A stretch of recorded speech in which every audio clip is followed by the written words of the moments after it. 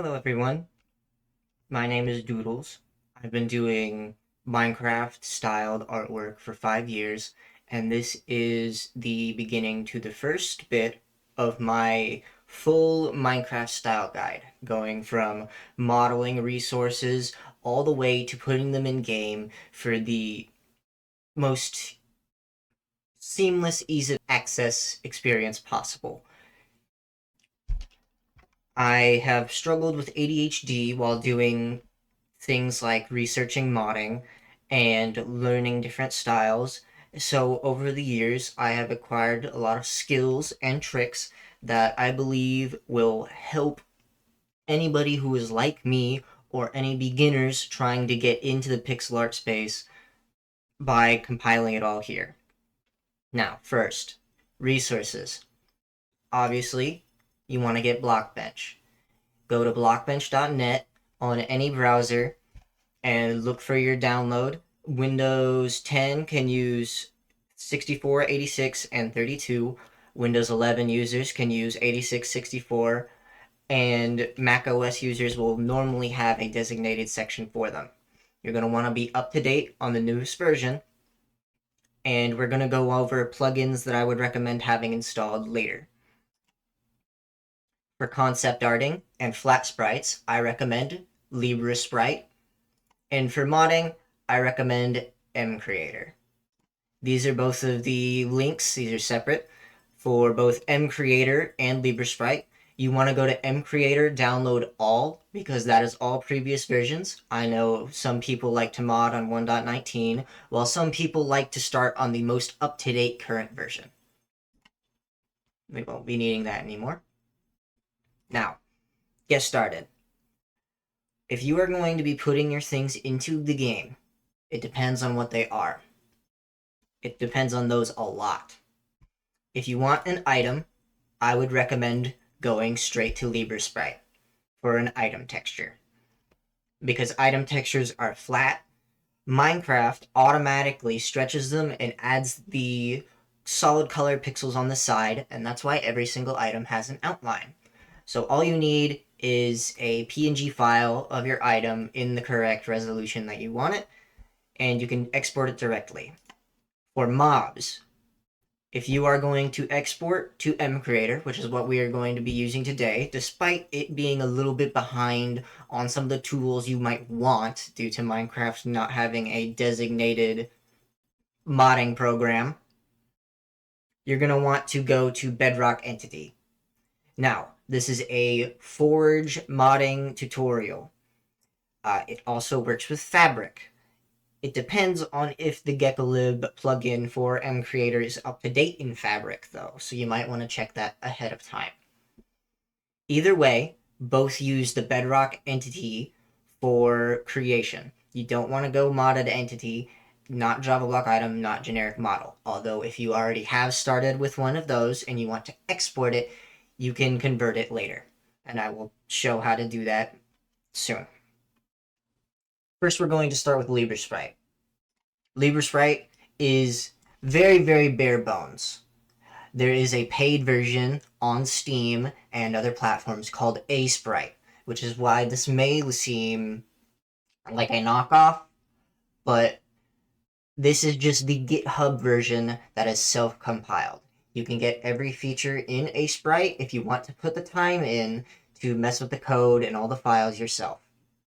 Now, let's just say we're going to add a mob, and it's going to have an item, and it's going to have some sort of functionality. That way we can just cover our bases. So, most item sprites are in 16 by 16 pixels. You set the pixels manually. Don't touch the color mode because RGBA is what you want. This is all the colors. This is going to give you the big color box that you can select from. And since LibreSprite uses a checkerboard pattern for its transparent background, it doesn't do so well with the grayish textures that are directly contrasted on the background or not. But I would still recommend using it if you're doing anything in color. Now, we're going to start off with a tiny box. We can close the preview. How to navigate this.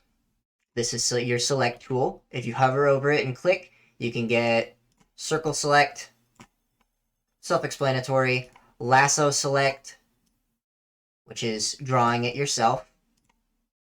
You can get polygonal lasso select, which is going to do a shape line. If you've ever used it like MS Paint, it'll do a line if you from like the shapes tab.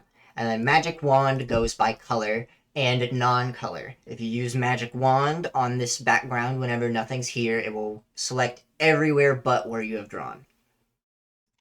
This is the pencil tool. I do not recommend using the spray tool. Spray tool makes it messy. If you want a mess for some sort of texture, or if you just want a random assortment of pixels, go ahead. Knock yourself out. But I would recommend the pencil tool. This is up here is where you control brush size. It's a little bit different to how you would expect. You would expect 3 to be 3 by 3 or 2 to be 2 by 2, which it is. But it operates a little bit different, but I'm sure I normally only use the single pixel. Eyedropper tool, very important. This is how you select colors that you already have. Zoom, you can do that with the scroll wheel. If you're on a laptop, this is the tool you'll be using a lot. Move, this is normally whenever you have a selection. This is only going to be selected whenever you have a selection you need to move it around. Paint bucket tool, this is probably going to be used for backgrounds. I don't use it very much for just general coloring. I also don't use line and curve tools very much, but if you need a specific type of blade or like stick, it can be very handy. Rectangles, as what it's called, rectangle, but it also does ellipses. This can be used just for its namesake. I don't touch it. Same with contour, and same with the blur and jumble tool. Because Minecraft normally has very distinct separated colors, we normally don't touch those. Now, let's get brainstorming here. I'm going to say, if we're doing a mob, let's do a bird, and we're going to do an egg for the bird, because that makes a lot of sense. While I'll be going through, I will also be doing all of the different keyboard shortcuts, explaining them very quickly, and you can come back to this section whenever you want. Now, Minecraft's sort of style, right, uses a thick border. Now, a lot of people that I see doing Minecraft styled items will just take the color that is the main color of their object and darken it, like so. I would recommend not doing this. What you want to do is say, if I want this egg to be orange, right?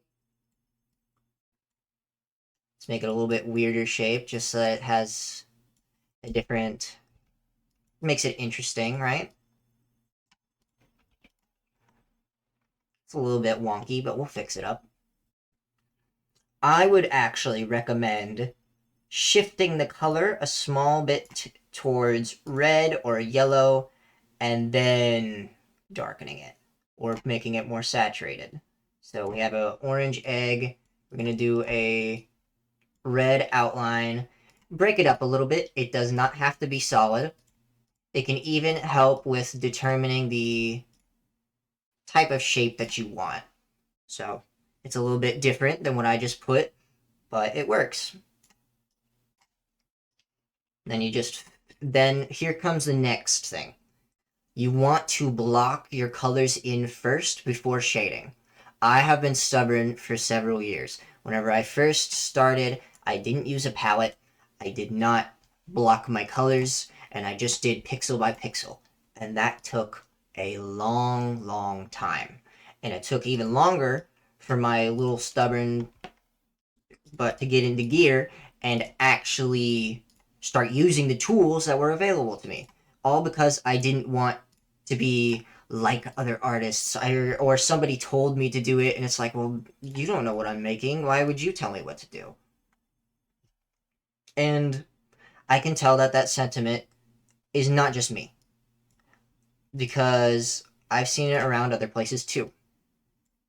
Now, see what I did here with the shading in the inside. I'm going to darken this outside later so that it's a bit more contrasty, but I used different colors to shade the object, and it already makes it pop a lot more. This is why you don't want to hold yourself to a certain color selection. This is why I didn't use palettes for a long time, and I still think that whenever you're starting out or not making a super huge model, it is okay to not use a palette. Find the colors you like and stick with them. And if something is a little bit off, change everything.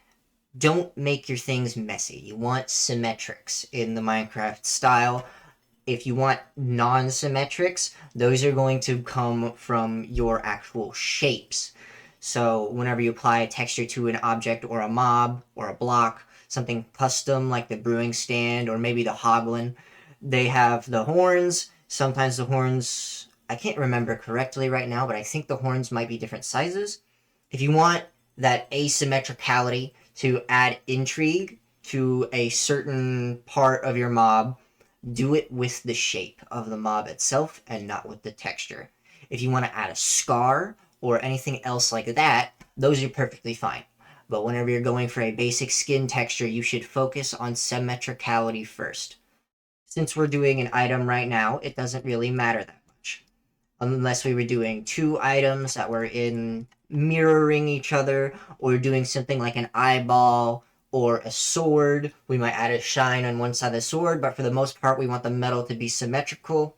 Or if we were doing a hammer or a block, we would want symmetricality. Now, let's say I just grab a random ass color and whoop, whoop, whoop, whoop, whoop, whoop. Oh no. I don't have to erase it all and then start over again. This is where your first and most used keyboard shortcut will come in hand, Control Z. I know most people know that that is the keyboard shortcut, but just for accessibility, it also does work on LibreSprite. Now, I would recommend not using the keyboard shortcuts that are here. Why? Just because they're very, very, what's the word? I'm gonna have to edit out me saying all this time. They're very hard to reach with your hands. A lot of you, if you play games, you just use WASD, and that's your basic where you lay your hands. That's where you have them all the time.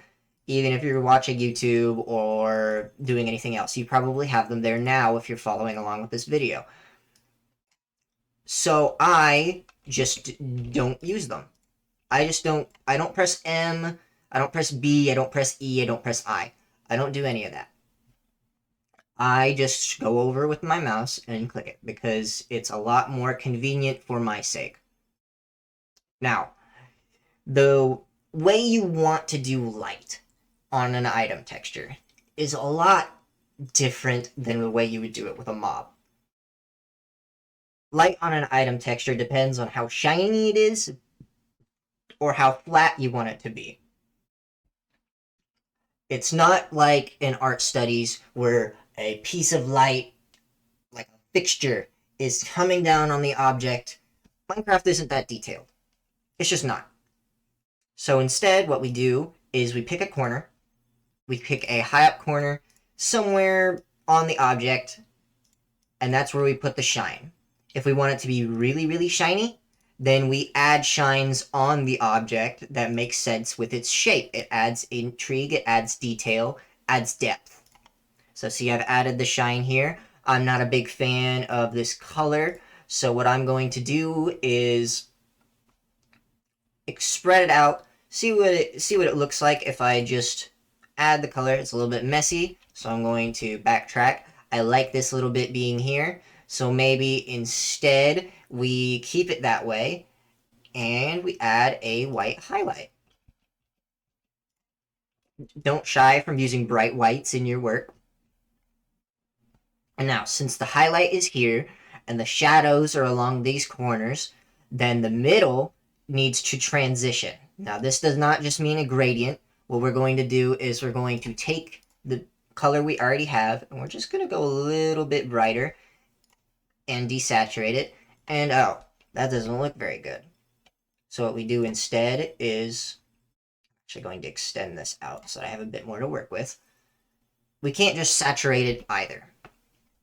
What we need to do is we need to find a middle ground color like this, and then we also need to do the lightning, but not too far. Then we transition it. And then here's where we add intrigue. We want this to be curved, right? So what we do is we add a shape. And that looks a little bit weird because it's all zigzaggy, right?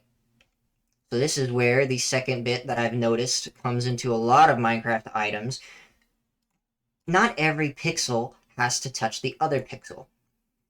See? And then you grab the highlight. We're just going to put one there. And then we're going to put the white here.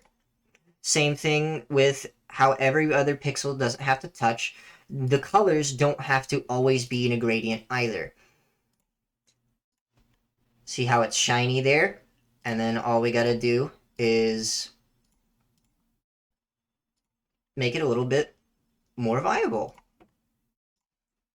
And then to really complete it, we take it down a notch towards red, like we did with the shadows here.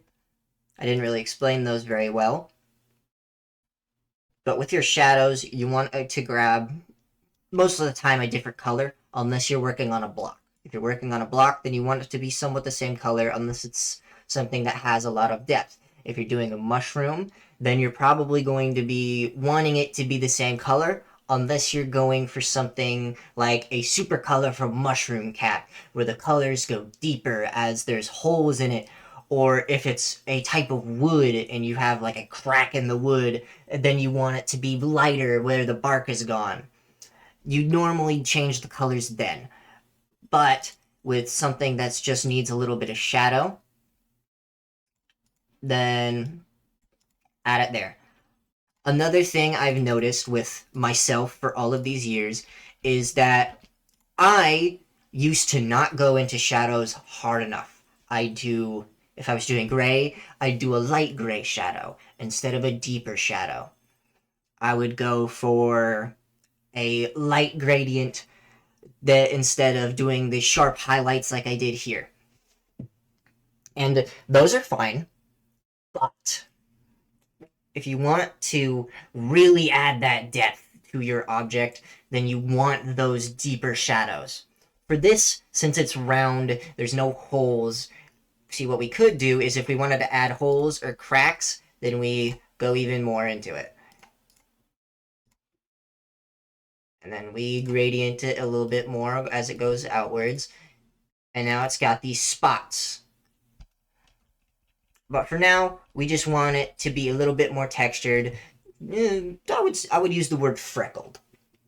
It's got all these little bits that are differently attached. Now, naming doesn't really matter. We're going to just save this wherever. I'm just going to save it in my documents folder. You can see all the textures I've done for Blender. If you want Blender tutorials, leave a comment, leave a like. I might do Blender tutorials, even though I don't have as much experience as I do with Blockbench and texturing in this style.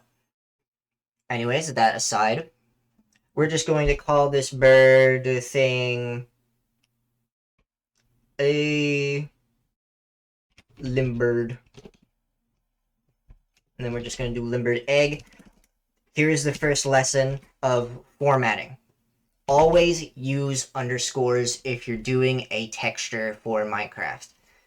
MCreator specifically does not like spaces. It hates spaces and it hates uppercase letters. Absolutely detests them. I haven't done this in a while. I'm a little bit rusty with using MCreator, but I remember that as a fact. I would also clarify your textures a little bit more by adding underscore texture or underscore emissives if you're using multiple. We'll go over emissives too, why not? We'll make the bird glow at nighttime. This is the egg. Now, we're done with Libra Sprite for now.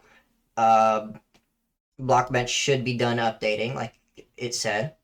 Very good splash art. This is very nice. I haven't seen a splash art in a while because I haven't opened Blockbench in a while. This is very good. And this showcases what some people are capable of. These people are talented, talented people. And hopefully, if you put enough time and effort into working on Blockbench, learning your own style, you can do something like this. Or this. See, the difference here, if I may point out, these are the Minecraft bubbles, but these guys use meshes for the fish. Minecraft doesn't normally use meshes. I can't really think of a mainline Minecraft example where they use meshes, but Minecraft Legends uses meshes for almost every single passive mob, where their heads are a little bit caved in on the corners. Something else to note with this style is that they have long bits of shine. This is not normally seen in Minecraft's main style. Normally, the shine is, let's say, like full bright. So, once we get in here, I'll teach you what that means if you don't know already. But first, let's set up plugins. Now, my thing's finally updated, so we can do plugins. What you're going to want to get is GeckoLib Animation Utilities, Minecraft Entity Wizard. This you won't be using much, but it's still helpful. And then Sem Template Loader. And then some other ones that I would recommend is Preview Scene Customizer if you're just doing a concept, because this allows you to make something called a scene by using different blocks, textures, and just building your scene in Blockbench and not actually having to port it outside into Minecraft to show what you've made. It also comes with a lot of prefab options. Now, we're going to start on the bird itself. Limbird. Just combine the words there. And then model identifiers are the big one. I just keep it consistent and have them both the lowercase, but the model identifier always has to be lowercase, otherwise you're going to be in a world of pain changing a bunch of file names over and over and over. This one doesn't really matter much. This is going to be what your Blockbench file saves as, but this is going to be what your thing saves as and is read by mCreator. Now, for texture size, this isn't going to be the biggest creature. It's probably going to only be maximum 1.5, 2 blocks tall. So what you're going to want to set it to is, I normally use either 64, 128, or something weird like 240. Obviously, they go up in size with the mob size. Let's just do 64 for now. Even that might be overkill, right? Now, this is Blockbench. If you haven't opened up Blockbench before, let me give you a quick rundown. You saw me go and do all of the plugins, so you know where those are already. So, things you need to customize.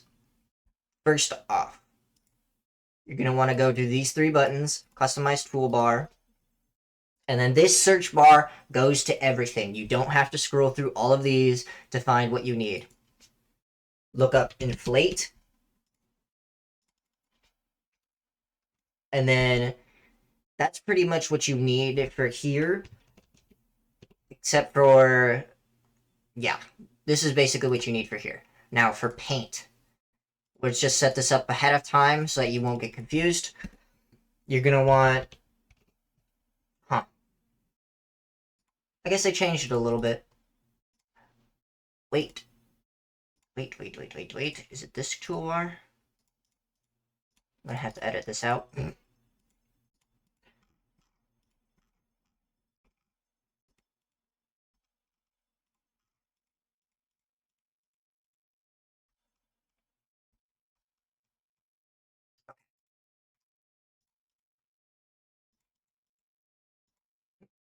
This is probably going to jump from a cut because I had to find where they had moved things around inside of the toolbar menu.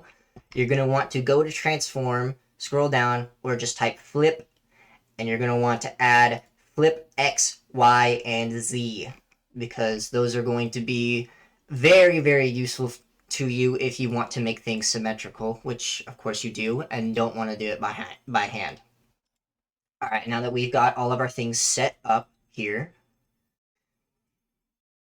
this is where your project is. This is double clicking this, takes you back to the file name menu. Right clicking this allows you to duplicate your project, which will just open another window of the same thing. It allows you to save your project, save project as, which can be used to save to a backup for a second file. If you just use project save, then it will overwrite the file that you first save it to. Up here is edit, paint, and animate. We're not going to touch animate for a bit. Edit and paint are your most important ones. This is a fresh install of Blockbench. I have not opened it on this computer yet, so you're going to see me do everything as if I was my first time coming into it with a little bit of experience. So please follow the settings that I do, even if you think that they'd be better off some other way. I will tell you the reasons that they are not and why you should. First off, this stupid button. A lot of contention on this button in the small communities that do Minecraft specific artwork. I turn this off every single time.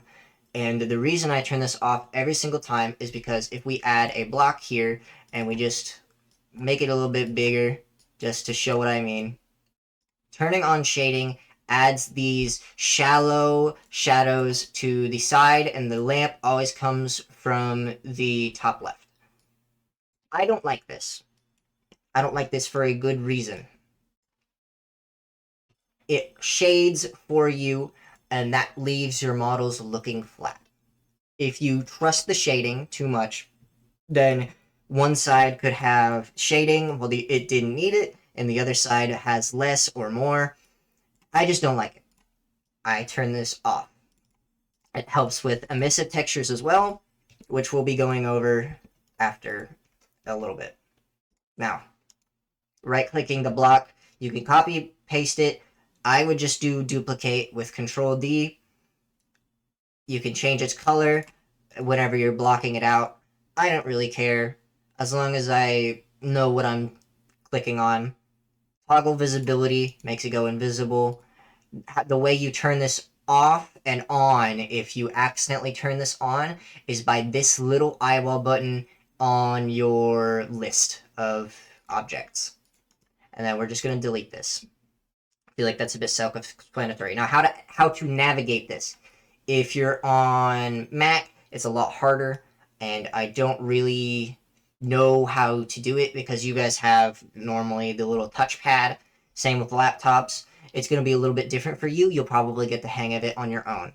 For mouse, mouse 1 drags it around. That's rotation. You can also click on this thing if you're on like touchpad with little clicker keys. You can also click each of these angles to set it to a specific direction.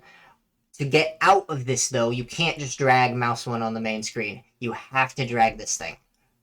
I learned that the hard way. It took a while for me to figure out because there's not actually a lot of tutorials on Blockbench, which is part of why I'm making this video. Now, folders. This is the most important thing you will ever have. You want to have a root folder. You want all the folders to be lowercase, and you need to be specific. Why? Because of animation.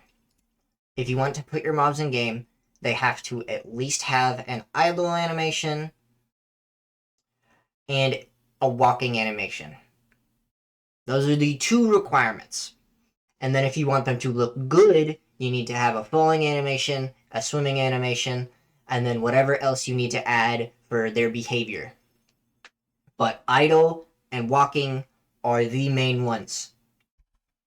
Now, let's talk about our bird, the limbird.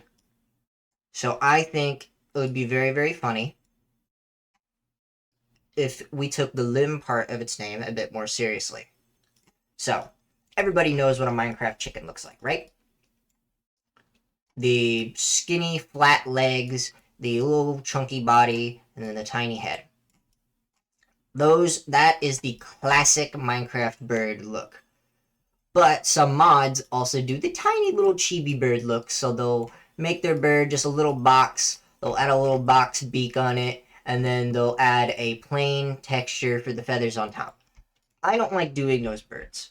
The reason is I like a bigger palette to work with, to add detail. It's not that I can't do it on a small block, but it's because it's a more annoying to convey what you're trying to convey on a small bit, especially with birds, because feathers are one of the most annoying things in the game to texture. That is one thing that the entire community will agree on. Birds are annoying specifically because of their feathers, except for penguins, because they don't really have feathers that are feathery. Now, we're going to make this guy a bit fat. Now, here's your first choice. You can either leave the body in the root, or you can add a body folder specifically for it. And this comes down to setup. If you want your bird to be led from the body, so your body is the center of mass, then put every other folder underneath of that. Here's the next thing. If you click one, it'll click them all. But if you click on the back, it won't click them all. So you want to do shift and then click. Or if you want to do specific ones, you want to do control, then click. It's a little bit different because obviously it's grabbing all of these folders that are within each other. But if I add a bunch of cubes and control click, you could pick out. If I do shift click, it'll grab them all.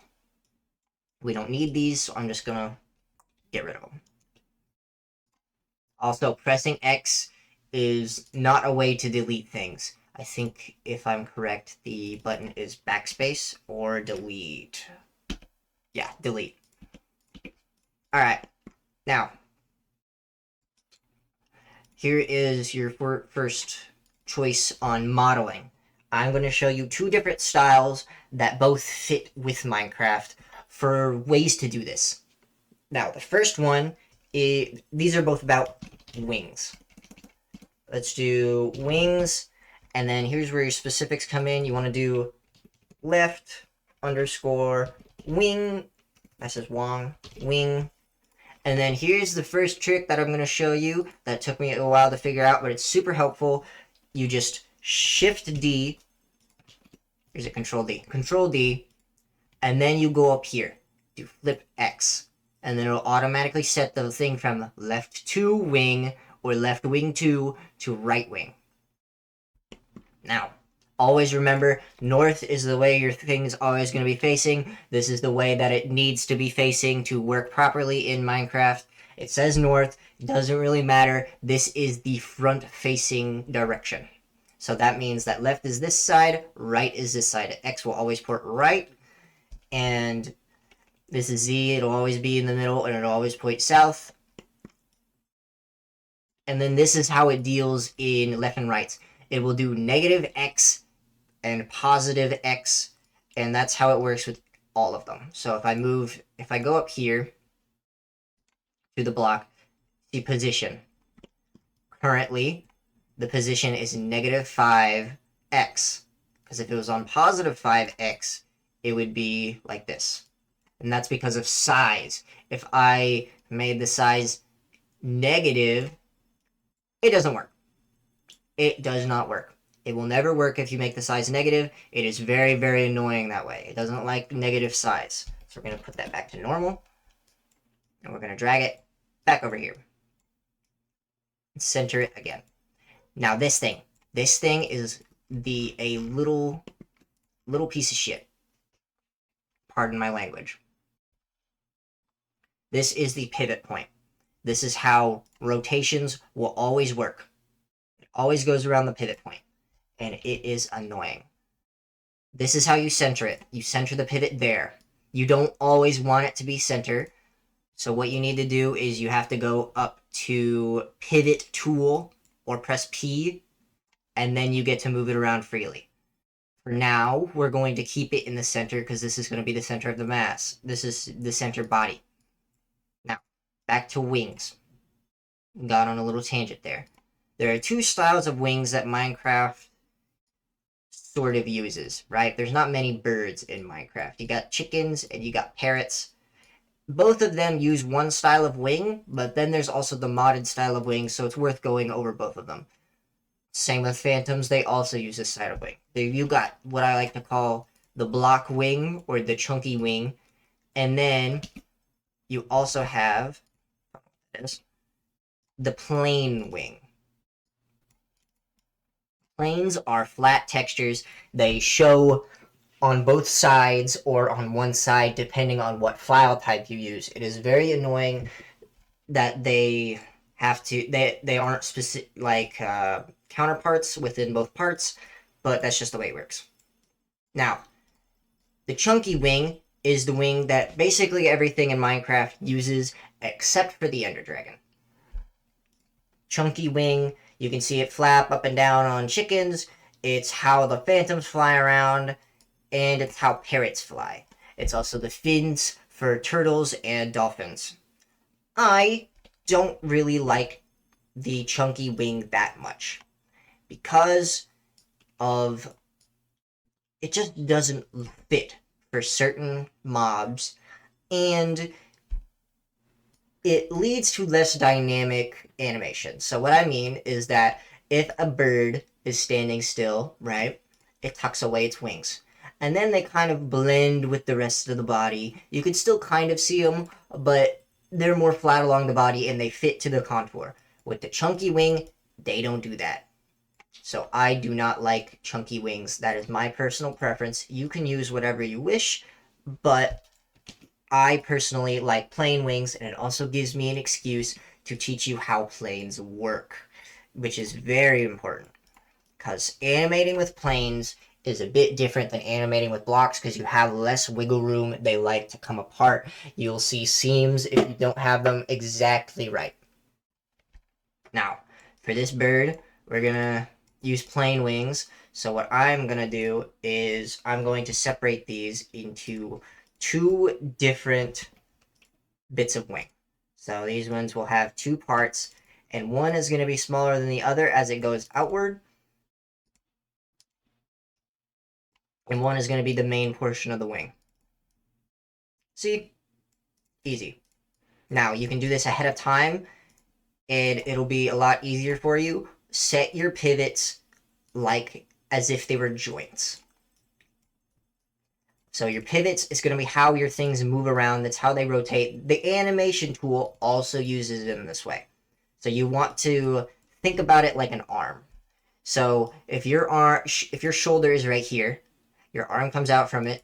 Your arm has two parts, and then it has the hand. We're gonna ignore the hand. So you got your big bicep, and then you got your forcep. They connect at the elbow. This is basically your elbow. This is going to be your elbow. This is going to be where it connects. You're going to want these to be on the same level, so don't have them hanging below. Now, another problem some of you may have noticed. Oh, look. My pivot point, no matter if I have it on the correct level, does not normally want... Okay, well, actually, I think that was a problem in perspective, but... Wait, no. It's doing it here. It does not want to work with me. That's fine. Hold control and then move it, and you'll move it in points. You can do 0.5, you can do whatever you want. Now, why is the reason that this is off? Because these are even numbers here.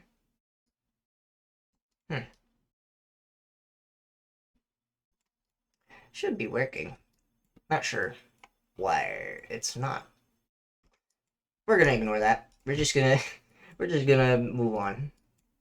Because it'll work. Even if that piece is being a little bit funky with its pivot point. Now, I'm probably going to speed up this little bit in post so that we can get to the section on texturing and painting. So I'm just going to do all of this really, really fast. There's not really anything super duper important here that I'm going to talk about. The things that you should know is that the legs are going to be skinny like chicken legs. I think that that is the best way to do it for birds because it just makes the most sense. It's the most style consistent. And I will stop speed up if I find anything specific to talk about that I find worth talking about.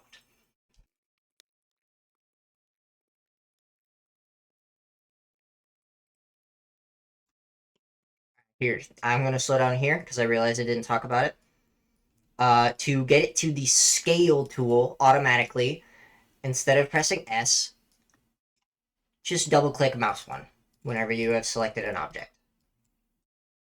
And also the thing that we talked about earlier where you can select all of these, you can do it in this whole thing as well. I wouldn't recommend shift clicking because it still goes through the menu first. I would recommend control clicking out here. All right, back to the time lapse.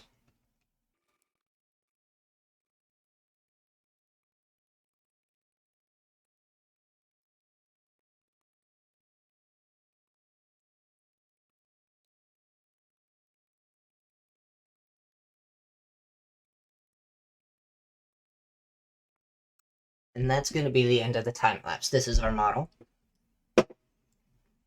Got a big old skinny neck. It's got a head.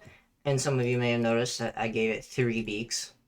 These we're going to leave facing forward for now, but in the end, they're going to be facing outwards. In fact, I'm probably going to make these a little bit longer.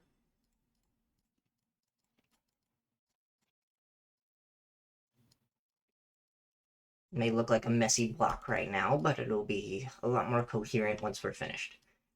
Now, on to creating a texture and how to properly create a texture. What you want to do is you want to select absolutely everything. Go over to this side menu, and you want to do Create Texture. You're going to not get rid of this. You're just going to put your model identifier and then underscore texture after it. Now, don't mess with any of this except for padding. Click padding on.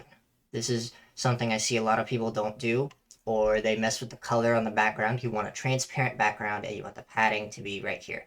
So that way it's easy to see if your model has any holes because there'd just be a big old hole right there. That means your UVs are either off or something else has happened wrong whenever you import it somewhere else. Like here, something's gone wrong.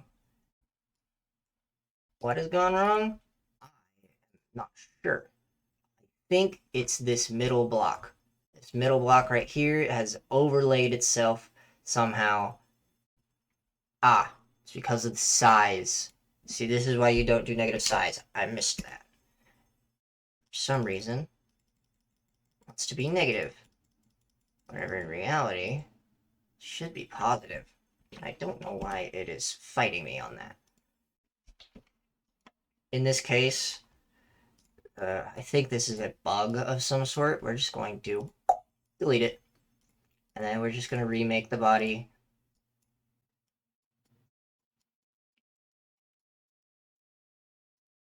It was 10 by 10. I think it was 10 by 8 by 10.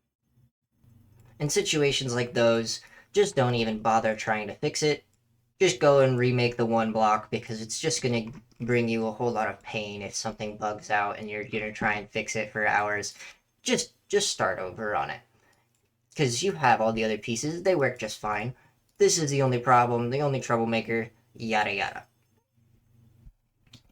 Now, to select all, do Control A. And then we're just going to do this again real fast.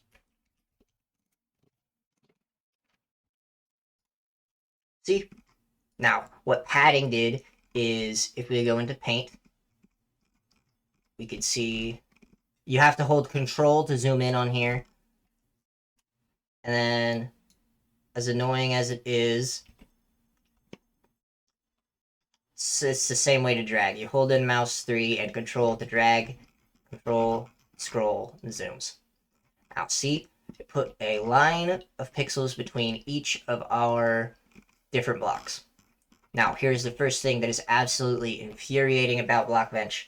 This devil spawn right here, the painting grid. The painting grid is a lie. It lies to you. It is evil. This thing will make your colors look like they match together more than they actually do, leading to over contrast or under contrast if you're using something like a gray color. So if I get this, see how it has that leg thing there? Whenever I turn this off, it's a lot more contrasty and it doesn't have that outline. It's annoying. We're just gonna undo those. So it's just an example. Turn this off immediately and then remove it from your toolbar by going in here, right-clicking, remove. Get rid of it. You don't need it. Don't mess with the alpha channel either. And don't use mirror painting. Unless you're doing absolute symmetricality. But even then, it'll mirror paint only on the piece that you're doing. So if something is a bit different over here, it probably won't even mirror paint onto it. Alright, now it's time to talk about texturing, which is the big part of this video. What is Minecraft's texturing style compromise stuff? So for most, we're gonna talk specifically on birds, but I'll try and touch on everything. For birds, this is the chicken's eyes. If we want to make it a chicken, we'll do this. If we want it to look goofy, we'll do that. If we want it to look normal,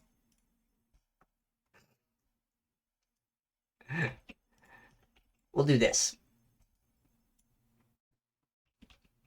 We're going to keep it on the derpy look for now. And now we get on to materials. Now, the reason I started off with a bird is because, one, it's very, very easy to make an item for a bird because it's just an egg.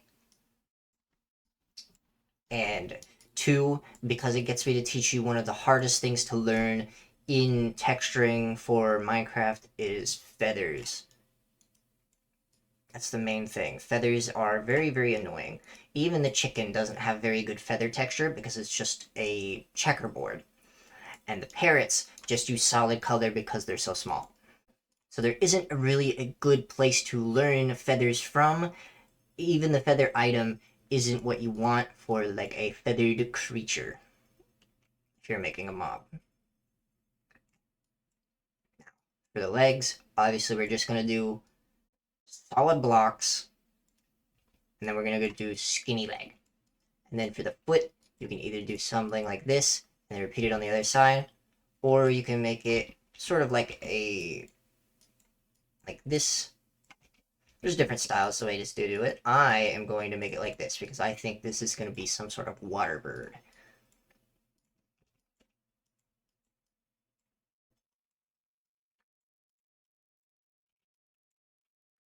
Now, see this is called Z fighting, where you get all these lines and they flash as they move around. This is what happens whenever two sides are visible on the same thing. So if I were to just go into edit here and then move this into the other one, Z fighting.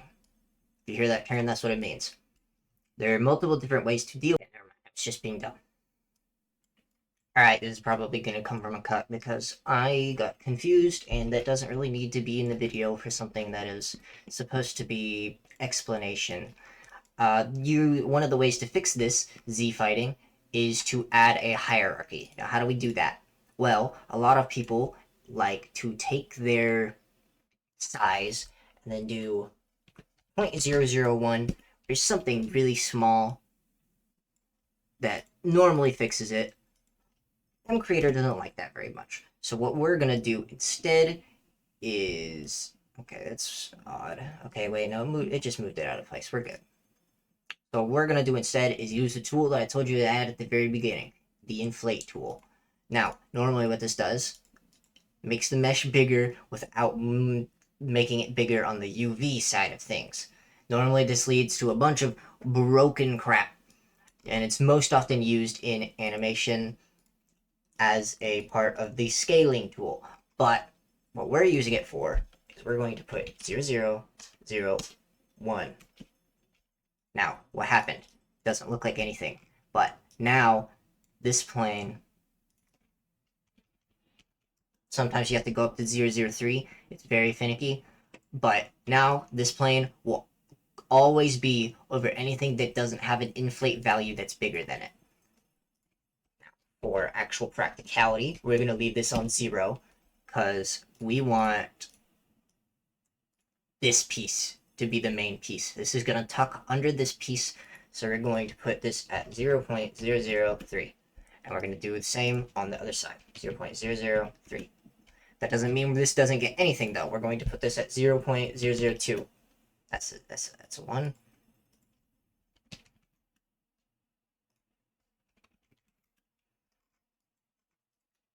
Now, the reason we do that is because whenever this thing tucks its feathers, whenever it's landed, this would Z fight with the body if it was just left at 0. So we have to do 2, but then this will still be bigger than it because it has the 3. So it goes up in number, it goes up in size. But since we're operating in such small things, it is indistinguishable to both the human eye and software. So if I go super far into it, there is literally almost nothing. You can see that tiny little hang there. It's nothing. It is nothing. That is my main way of fixing Z fighting. It's the way that's worked for all this time. Now, these jaws, we're going to start off with beaks, because those are a bit easier to do than feathers. And it gets to me to talk about why I have all of these overlapping with the other block. Now, the reason I have this is because these teeth are going to be serrated. Oh, let go of that. Yes, sometimes the rotation wheel will get in your way whenever you're trying to select things. It's very annoying, but there's not really any way around it. Now we're going to open up its mouth. Minecraft animals' mouths are open on the inside for the most part. Like this. Sometimes some animals, like frogs, have the mouth texture for specifically for eating things. And you can do that, but since we're just going with a bird, it's not really all too necessary to do so. Now, I can't reach the back here, which is why this is so helpful. You can see the parts that already have been erased, but still have a little bit left, and you can just search for them and get rid of them. Now we want to keep the bottoms on those, and we want to keep the tops on these, because these are technically part of the same mouth. Now, we're going to keep this bit put together on all of them. But this is where we start carving teeth. So we're going to do something like that. Let's do that. A little bit more skeleton-y. And then we're going to cut out the pieces that would dip into the other side and vice versa. So now if I were to go into edit and close these, see, they fit right together. There's no Z fighting except for on this front bit. And you can see whenever I have one selected and the color brightens a little bit, you can see what I'm talking about. It looks like teeth. We're going to go in and fix this. So the top jaw is what we're prioritizing for the bit of the beak, so that there's a scoop on the bottom for them to get fish in their mouth or something.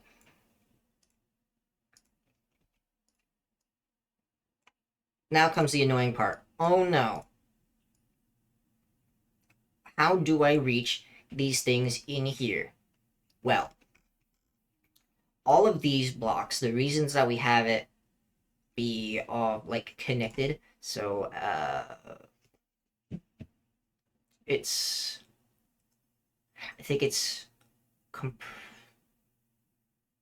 yeah, this minimizes texture size, Yeah, rearrange UV. This is what you want. Rearrange UV keeps them all separate, but it puts them into these little blocks that are nice and neat. So, what you can do is you can just go on here and mirror the texture directly.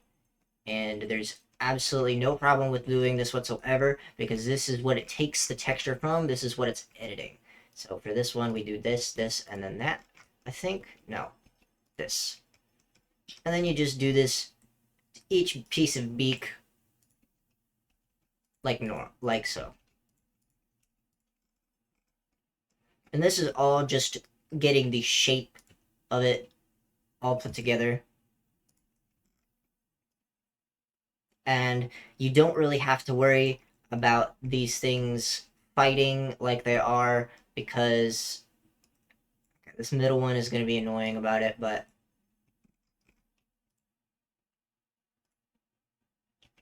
I think it's going to be that. Yes, it is.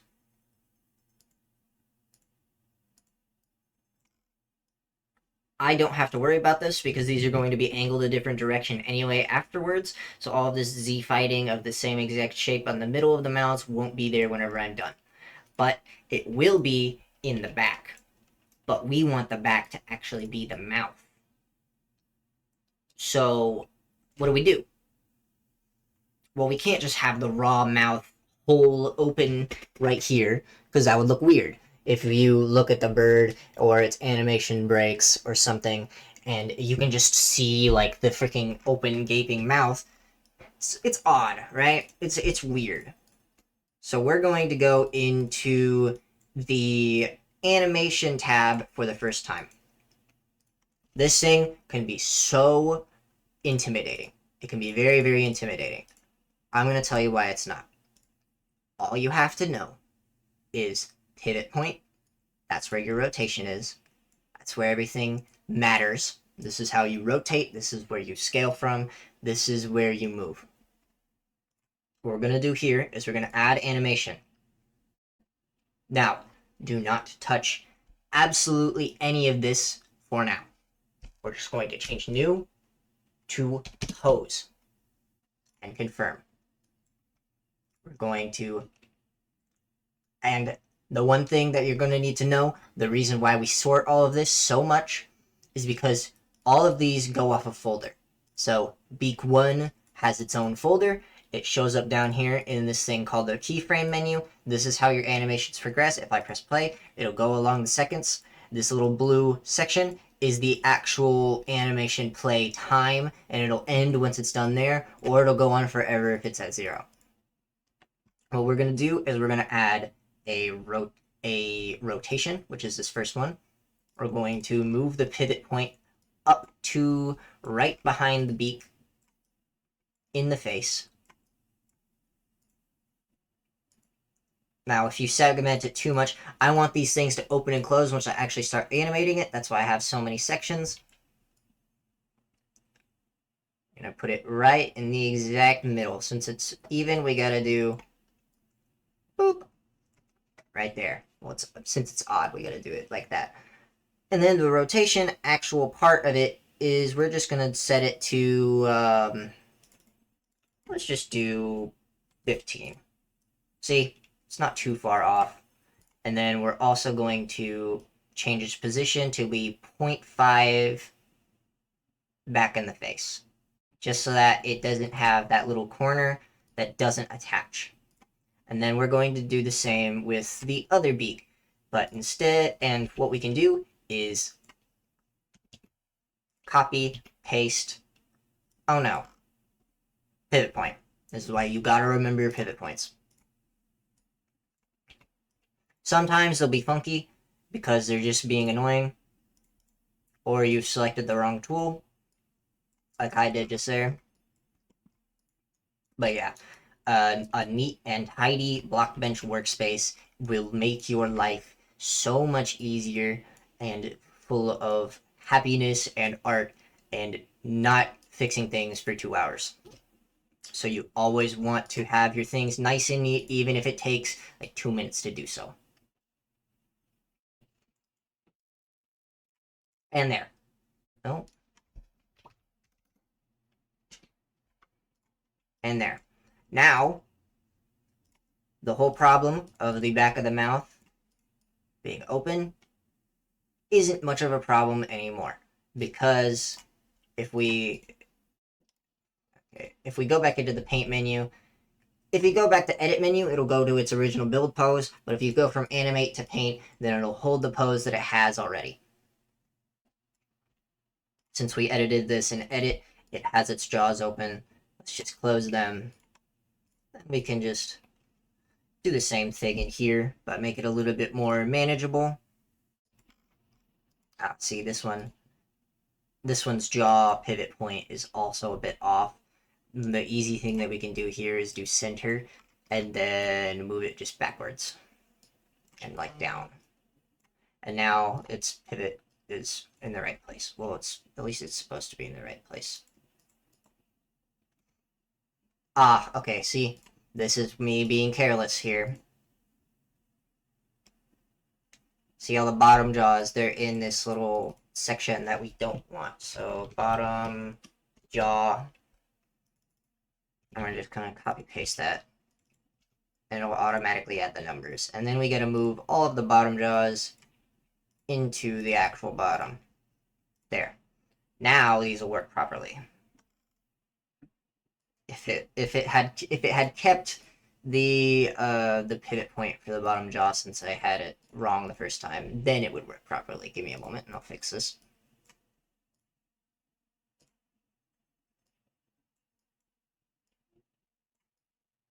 Another thing that you need to be aware of is that the difference between local and global whenever moving things around.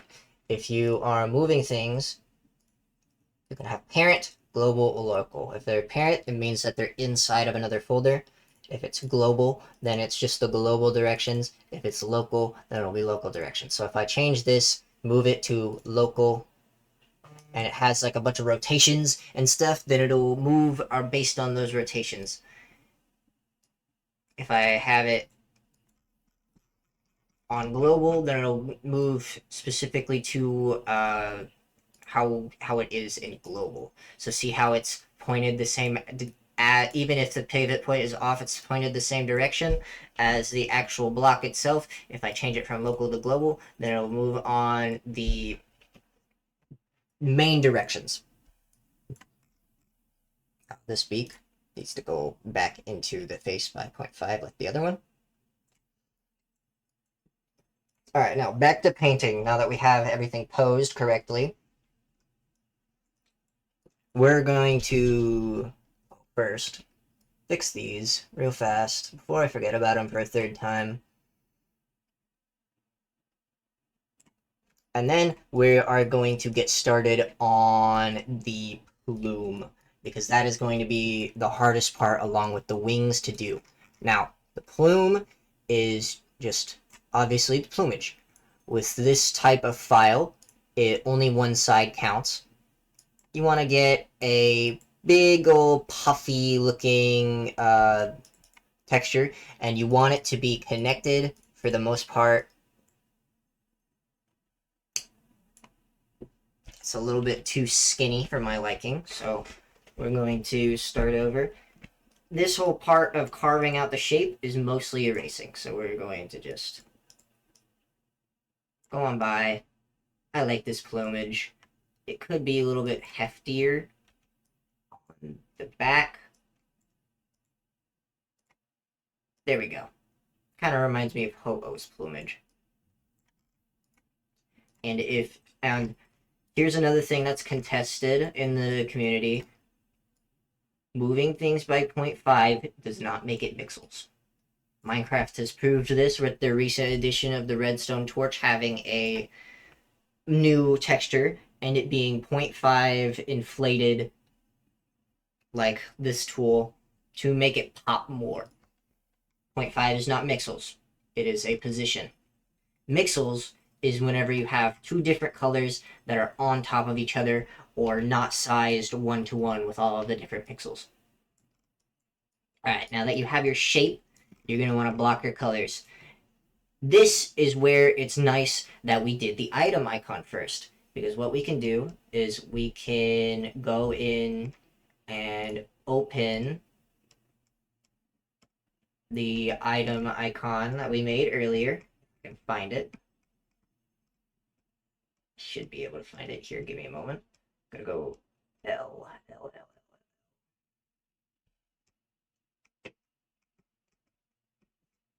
You probably won't be able to see my thing. I'll probably blur it or I'll do something to blur it. Ah, I know why it's not here. This is another lesson because LibreSprite is annoying with this specific thing. If you just do save, it saves it as an ASC file. You need to export sprite sheet as open generated sprite sheet. If it's one thing, then it'll no. You probably just came from a cut because I made a mistake and I don't need to waste your time. You're going to want to output this thing as a file and do it as a PNG. That is a lesson that I forgot about because I haven't used this in so long. It's so annoying. Just don't save. It's fine. You have your exported PNG. We're going to close that because you don't need to use it anymore. And then, once again, you're probably just going to see a big blur because I'm going through my files. We grab the texture.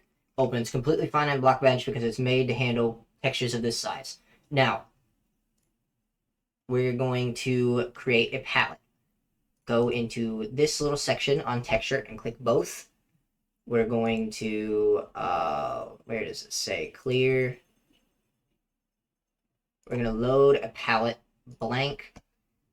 And then we're just going to go in here with the eyedropper tool, which can be accessed by holding Alt. If we go onto Paintbrush, hold Alt, it specifically takes us to the eye brush, and then once we release it, it takes us back to the paintbrush. It's a very nice little tool. We're going to try and add these in reverse order from darkest to lightest, or from red to orange, or whatever you feel is best sorted for you. I like red to orange to yellow, all the way up to the highlight, including the barrier. And then we're going to save the palette as Limbird Colors, although you can name it whatever you want. And then should just transfer over. Now, we're going to ignore most of these last two colors because they're a bit too dark for us for what we're wanting to do. So unless... Okay, we're going to ignore this last color unless we want something super dark. Actually, we might want that for the center, and then it'll move up through the whole feather. And we could do this.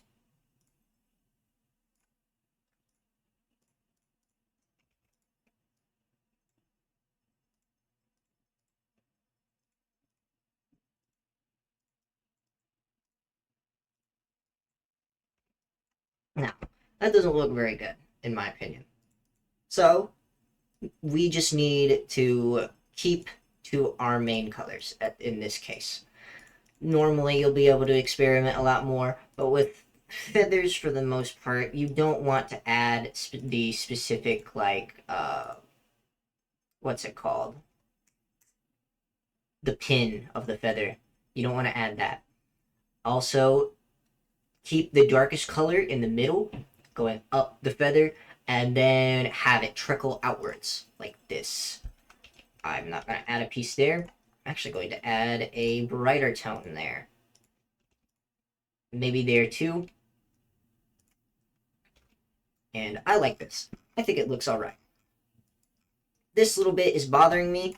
Let's see how it looks if we just, like, remove it. That works. See, and why it works is because you can always just rotate these. Ooh, a little thing, an ugly little bit has reared its head there from us putting it in the ground, so, inside of its head, so we could just get rid of that on the actual texture editor itself. And look, now it's got these. I think, personally, they should match. So we're going to just, yeah, we're just gonna do that. Say yes for both of those. That's a new thing. I haven't seen that before. And then for each of these, we're going to move plume 1 over, and then we're going to do plume 3 over. And then in the animate, we're going to find our pivot point. For each of these, you can always move the pivot point before duplicating, and it'll keep the same one. I should have done that here, but, you know, my brain flies at the speed of sound, and it's a little bit hard to keep track of sometimes.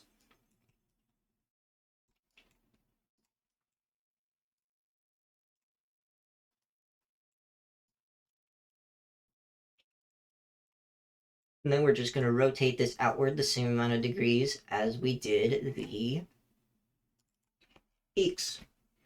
15 and 15. Actually, we're going to do this one negative 15 because it's on the opposite side. And then, look, we got our own little bird with its top feathers. Now, most birds have feathers on their neck, but since this one has such a long neck, I would be partial to having some skin here along with some little dotted feathers. We'll get to that. Next, we're going to go back to the beak. We're going to go into animate. We're just gonna, I'm gonna finish setting up its pivot points very fast. I'm actually gonna do that for the entire model. This is probably going to be turned into a time lapse. So I'll see you whenever it ends.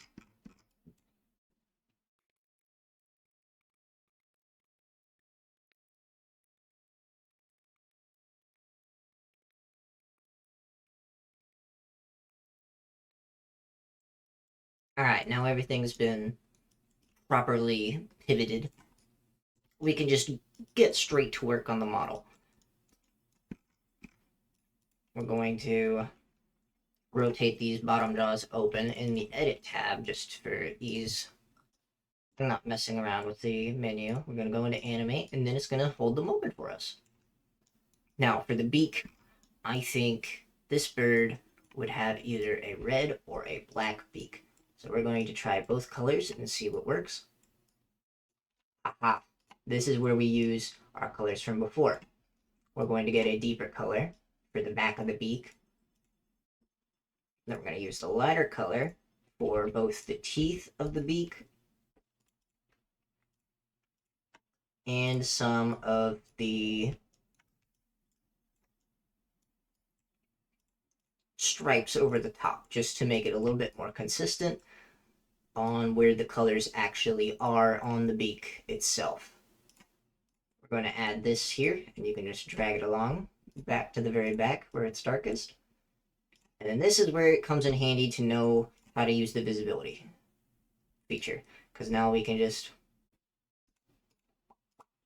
turn all of these off. And now we can reach the back of the beak and all of its little corners and everything. Makes it a lot nicer and neater to use. This one needs done. We'll do that later. We can just texture it up after we do these two. Now, the reason I am not going to do symmetricality for these is because they're on different sides. So in reality, you want things to be symmetrical on the same piece, but you want them to be mirrored if they're different pieces. You know what I understand? Do you understand? You just color them the way that makes the most sense at the time. Now, the reason that I'm not extending this darker red to the back is because that's going to be where the mouth is. That's going to be our trick. Since all of these merge with the back of the head, we're going to put the mouth inside the beak, because whenever it opens up, you can see it in the back piece there. Now, I'm just going to be a little bit more quiet and get all this done pretty fast.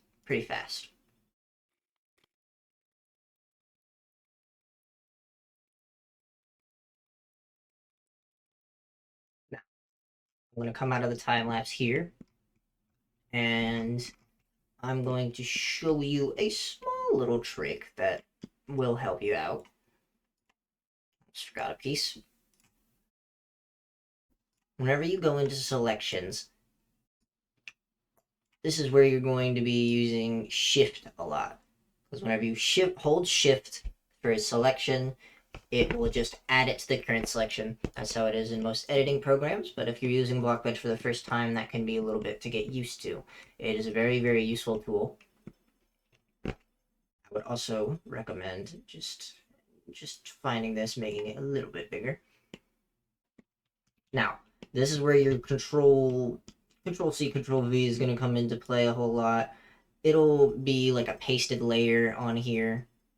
This is also where your mirror tool is going to come in a lot. It's right here. Mirror X, mirror Y flips it upside down. Mirror X just goes side by side. That way it fits. And then this layers thing did not used to be a thing, but now you have to merge down onto the main layer whenever you finish pasting. And we can just do that for both of these sides.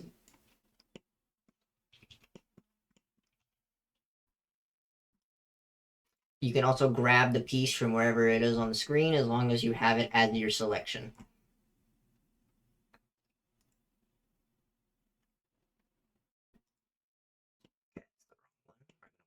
Put it up here. Now, since the bottom piece is a little bit finicky, we want to mirror it again or copy it separately and then delete all that. Now, deselect acts a little bit funny now that they have the copy paste system in place. Now we only have the middle one untextured, but we're going to go ahead and do the mouth first. So since the mouth is red beaked, we're going to take a red color like this. We're going to transition it to a black color. And then we're probably going to transition it to an even more black color to the side, towards the middle. And then we're just going to do that. The same thing here on the middle one, just a bit more harsh.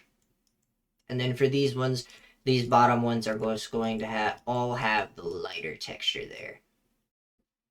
And then we're going to go inside the mouth and get rid of these yellow bits from the bottom pieces. They look like they're ready to eat you, even though there's not a head back here now, right? Alright, now for this piece, just gonna do the same thing as the other ones, really fast. And now, since this one is the middle texture, and there's no mirroring involved, we are just going to make it pretty unchallenging here. It's not gonna try and make anything fancy. We might do something like this, or something like that. Or maybe even do a little cross bit here. But nothing too different. We want it to have the same feel, but while also being in the middle, so it can't just choose one of the other sides. It has to be different somehow.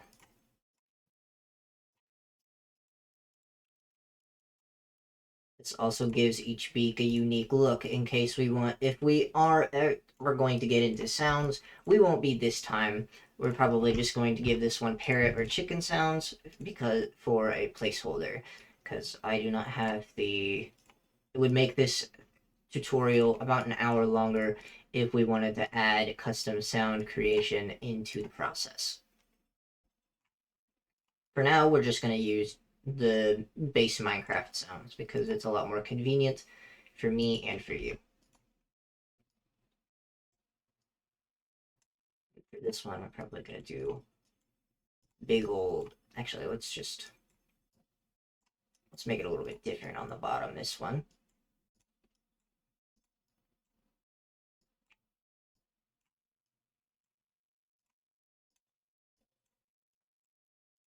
Put the bigger red, deeper red in the front. Put these two at the back. And then put the orange at the back as well. And on these teeth.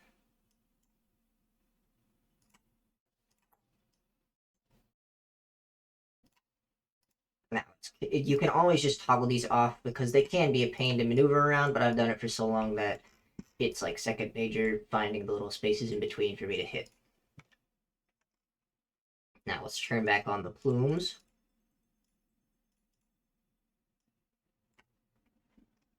Turn back on their nice little derpy face. And now we're back to Z fighting again because it's merged with the face. Some of them are a bit different, or it's because they are merged inside of here.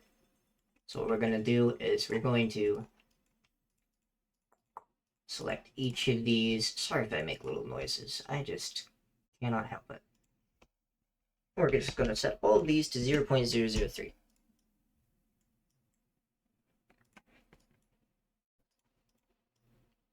Now that pushed them a little bit more inside.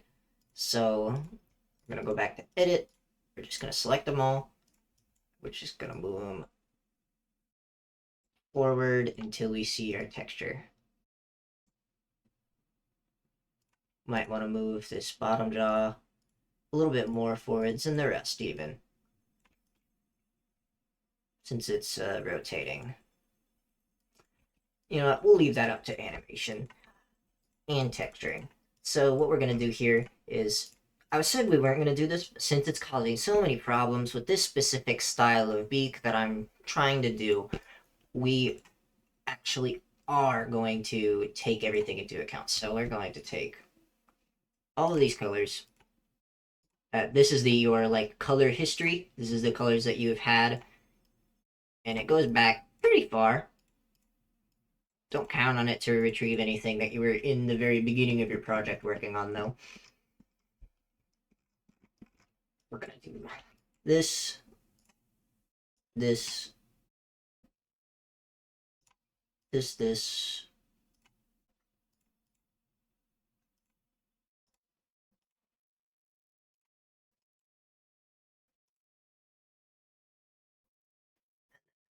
Something like this, I think.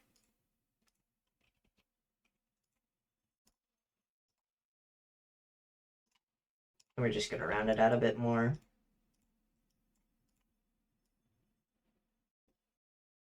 Now it's a lot more threatening, despite looking so stupid. Alright, now, we're gonna use the same feather colors for the rest of the body. We'll get to the neck later, and we'll get to this later, same with the feet. But for now, we're gonna focus on the head. So we're just going to, boop, turn all of these off.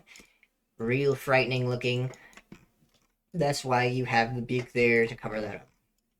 Now, we only used these 4 colors for the feathers, so we're going to stick to that.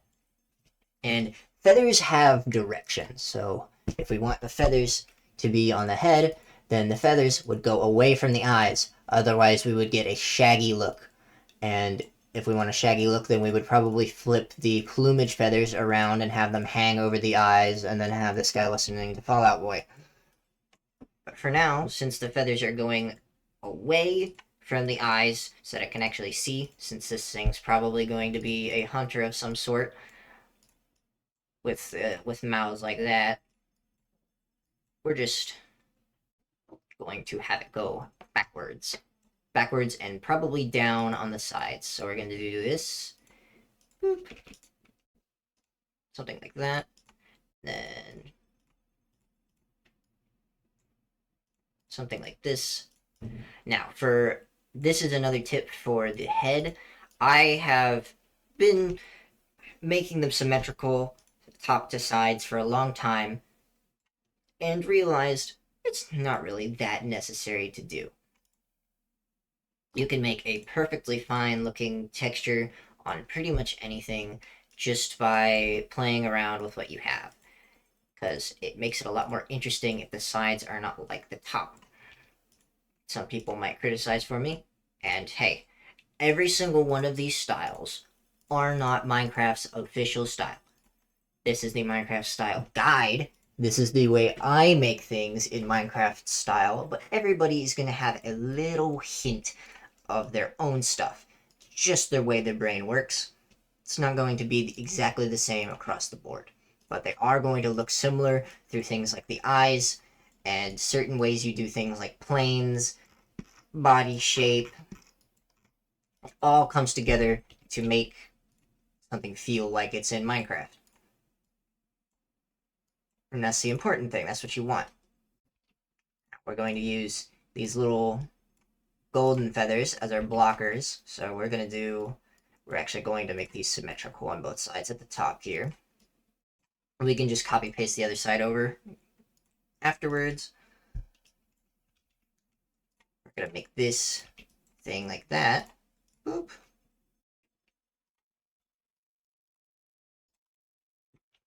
Too messy looking. You don't want things to be too contrasty or else they're going to be very, very noticeable. And we don't want corners like this, because then that makes lines, and they're very, very noticeable. Which can be a good thing if you want to draw attention to it, but for now, it's a bad thing, because we want this to be its own little neck of the woods here.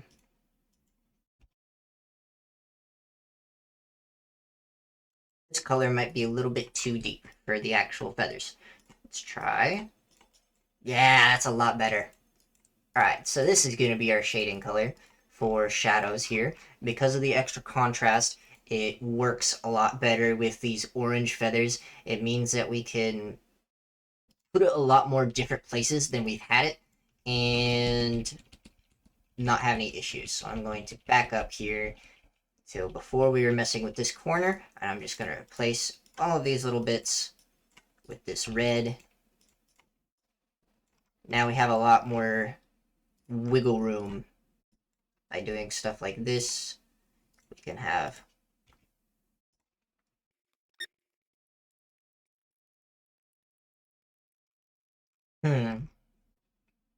see, I like this color, but it's not exactly what I'm looking for. It's a bit more contrasty. It's not the feathered look, because a lot of these are normally very soft transitions. So I am going to try something like this. So opacity works a lot different in Blockbench than it does literally anywhere else, and it's kind of annoying. So opacity, you're going to want to set it to 140 if you want a good overlay type color. So I'm going to take this main orange and put it on top of the red. There we go. Now it's a lot softer. We can use it a lot more. And whenever we put it back to 255, it will gradient into the orange, and we can have spots if we want where it's a lot more prominent colored. I'm actually going to keep this little bit orangey red, and then we're going to have this softer orange take over that diagonal from it.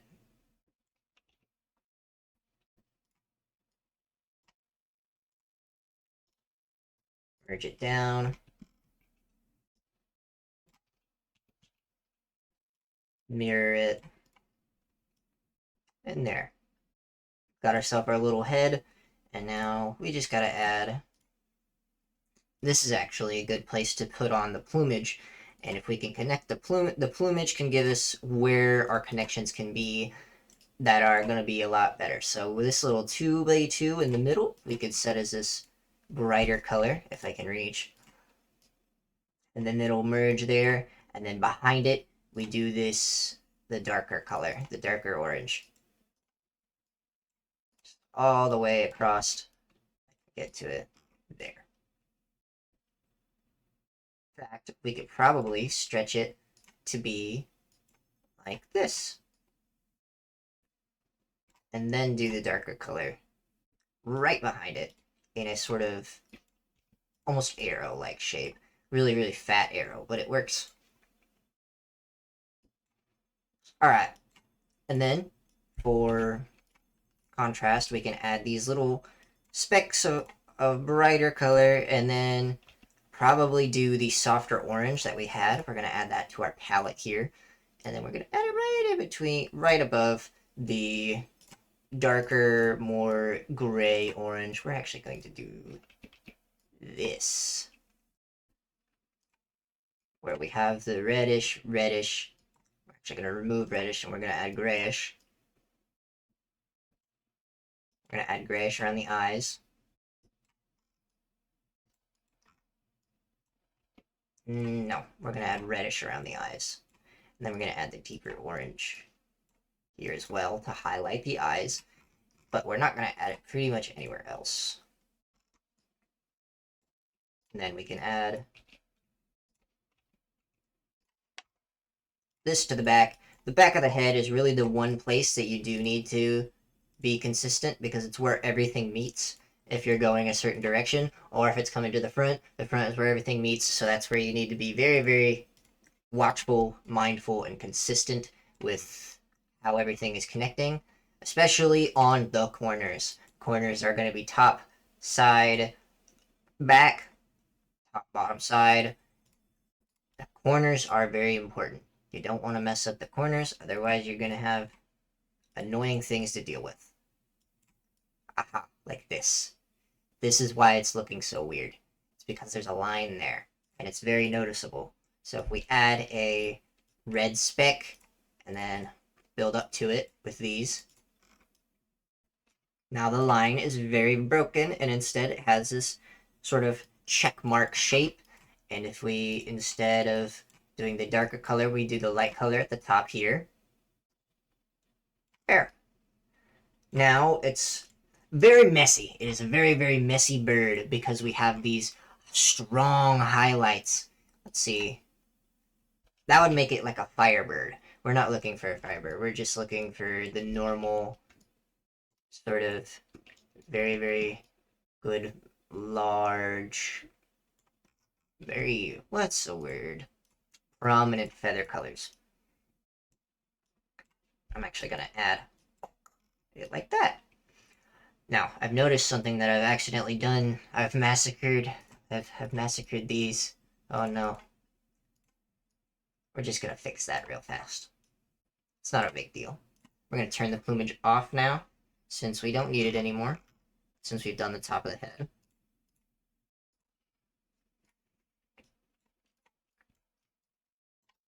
Hopefully with the time lapses, this video isn't too long, but this is a very comprehensive tutorial that I'm hoping to get out there so that a lot more people can start creating what they want to create. It's a very annoying process to try and get into Blockbench because the tutorials are all years old. They're all super duper old. They might not cover the same things. Tools names might have changed. It is a lot to get through and sift through until you find the thing that you finally found and you finally needed, only to find, like, it's not the exact case that you want. It's, like, misleading you. It's annoying to try and search for these things. I know, because I've done it for all this time, and there's not really many good tutorials on how to do things. So I'm trying to provide that here. I'm actually going to make it less contained there and move it forward. Now on the bottom is the place that the people look at the least. So this is a little trick. Just mirror everything on the bottom and fill it in. So just take everything, move it like this.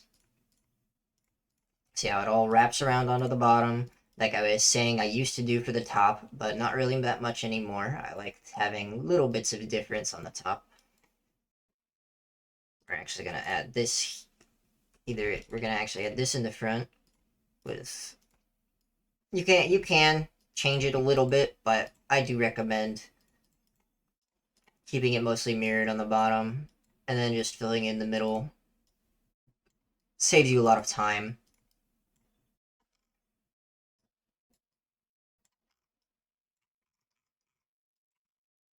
You could just add direction this way.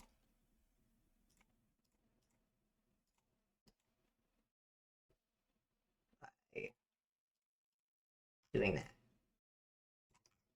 Honestly, could use a little bit more here, so we're going to do that. And then connect it like this.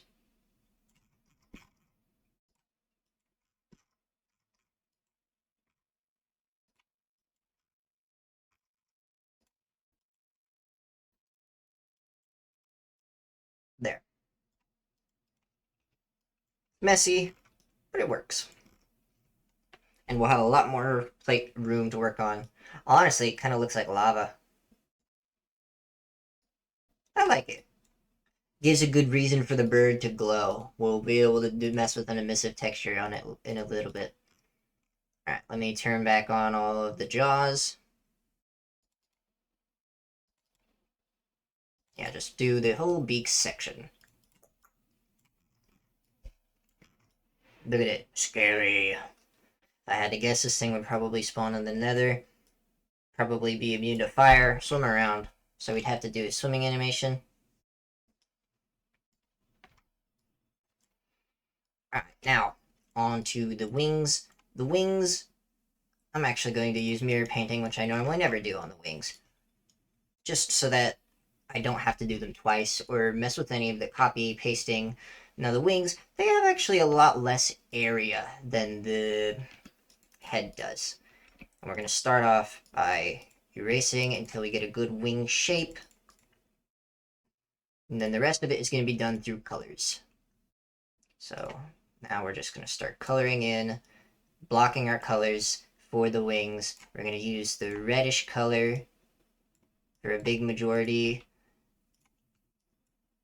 of the darker plumage. And then we're going to get a lighter color as it goes out. We're going to try and keep things in a square shape, as if they're coming from the main bit of the bird itself. Now this can go to this color, like that, and then it can go back here.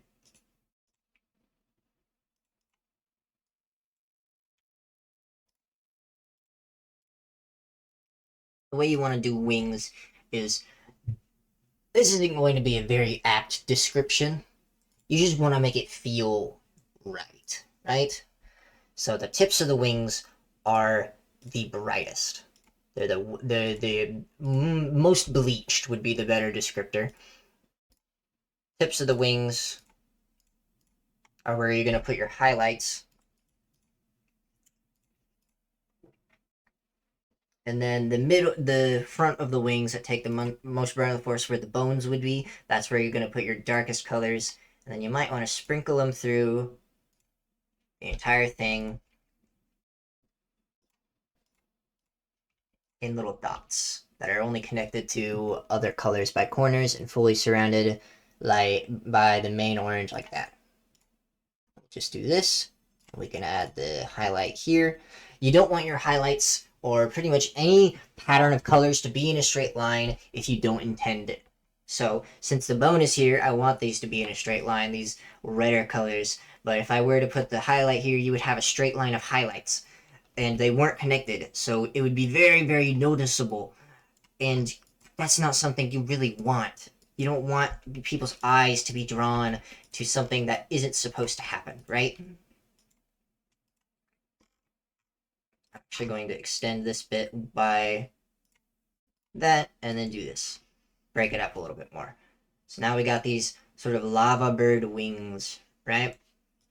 You can do different styles of wing, but this is the style that I'm using for this bird because I think it fits the most with this color palette.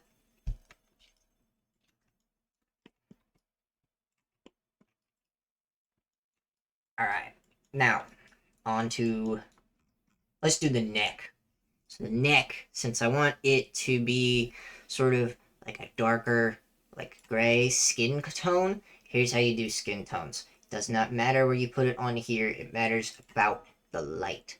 So if I'm going to do a black skin tone, just a straight black skin tone, I'm going to add, this is going to be the darker tone, this is going to be the darkest tone if it's under shadow, this is going to be the mid-tone, bright, white. That one actually might be a little bit higher. even. How do I remove this? Is it delete? Yeah, it's always delete. As you get brighter, go more gray, because the grayer it is, the easier it is to sort of like work with, right? So it goes from saturated dark to light gray. So what now? With skin that you want speckled with something like feathers, you're going to want to do the entire skin first and then add the feathers later, because that's just going to make it a lot easier for you. You're going to want to toggle off the body, probably toggle off the legs as well. Just get rid of it. Now, for these, I can get it to move. Just going to start it off at the bottom as a little stub. I'm going to remember to turn off mirror painting. Now, 4x4 bits are kind of annoying. These are the same size as spider legs. So we want each side to wrap around correctly, but we also want to add intrigue. So it's a game of picking and choosing where you want things to not connect, and when and if they look okay to do so, right? This, not very good. So I'm going to block that and just leave a gap there. This one is fine because it has this little piece coming up from it.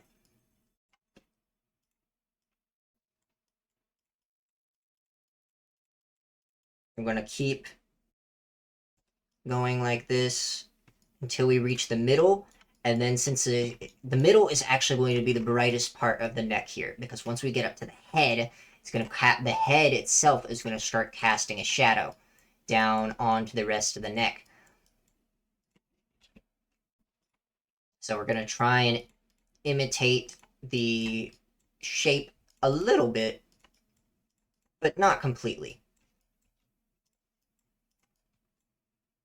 I may have just done it completely on accident, though.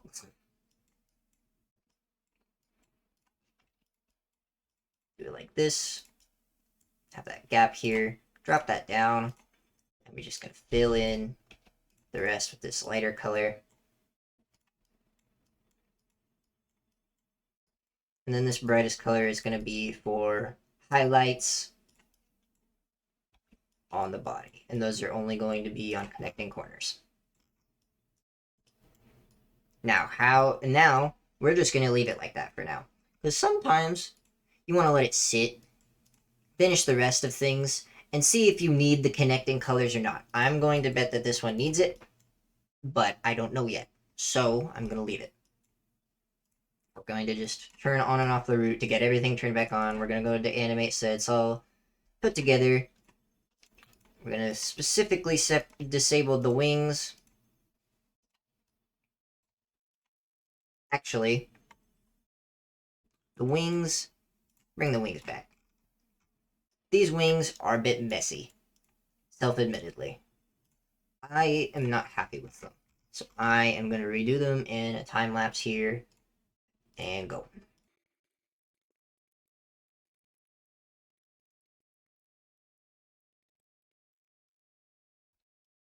All right.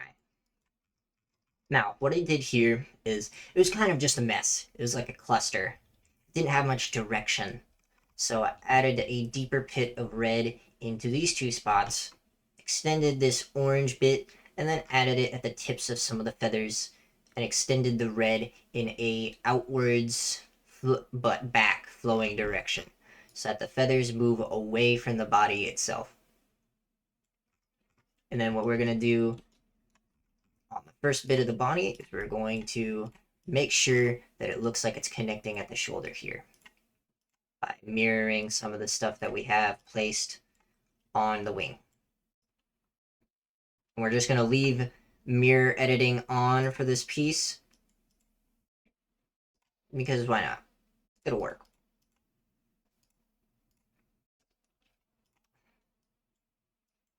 We're going to start off with the top bit. That way, actually block out the color in the bottom with this mid-tone orange.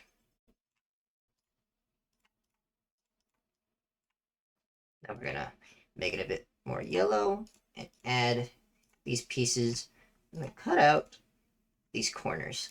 And then this, I'm going to add middle feathers like this. Add the little scruffy neck piece here. Add a little highlight.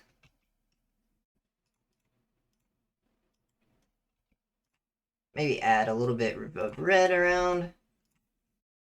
Play around with it a little bit more.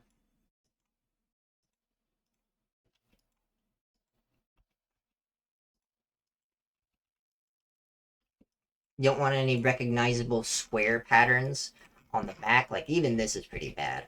So I'm trying to see what I can do here to make it a little bit less obvious. There we go. And then for these, I'm going to fill them with yellow. Different. And see what I mean? Like, I was about to put a highlight there, but we already have a highlight right here. So instead, I do want the highlight there. So I'm going to move it back and then make this a little bit more contrasted. It looks like a collar. So instead, we're going to cut it up and put this Archer red there. We're already done with one side. Now, this back piece.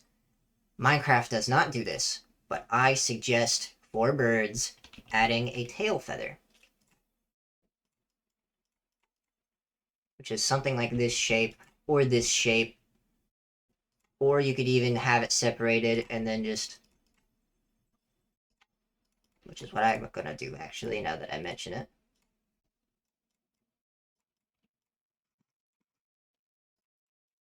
Alright, now we just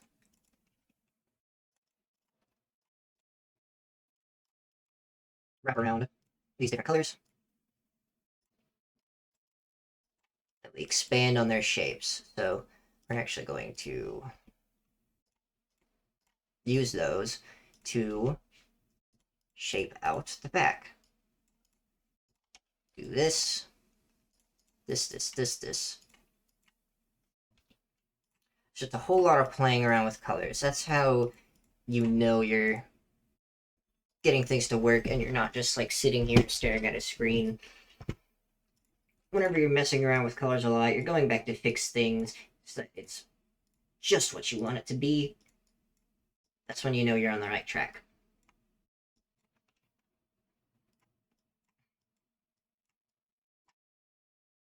Once we're done with these face pieces and the bottom, and then we're going to move to the front. Once we're done with those, I'm actually going to make the tail feather completely red because I think that it'll pop a lot more if it is.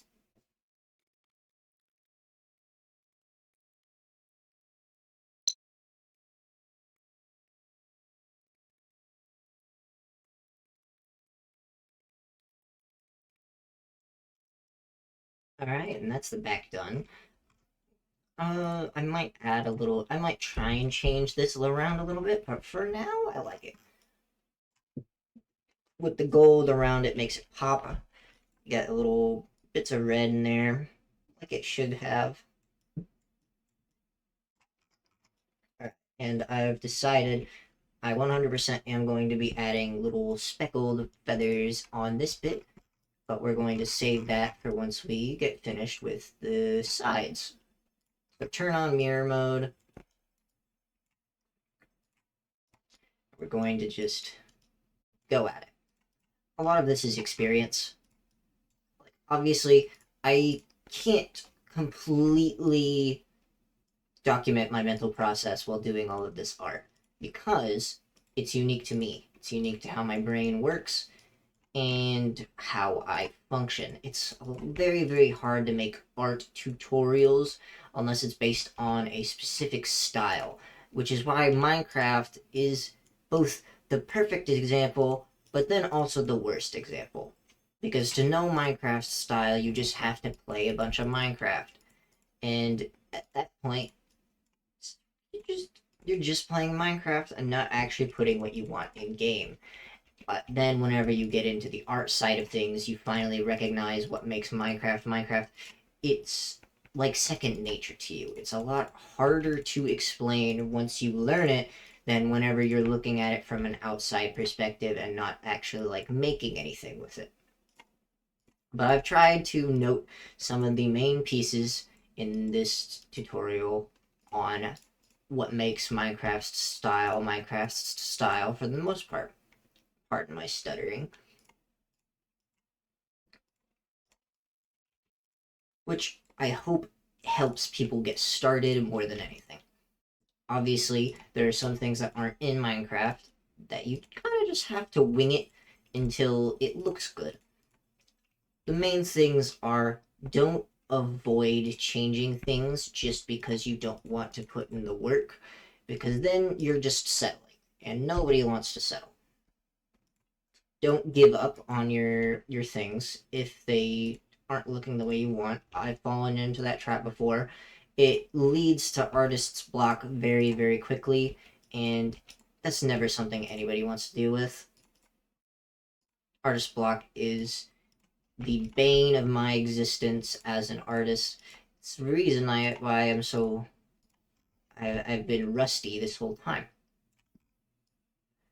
Now I just did that entire side while talking, but you know, it happens.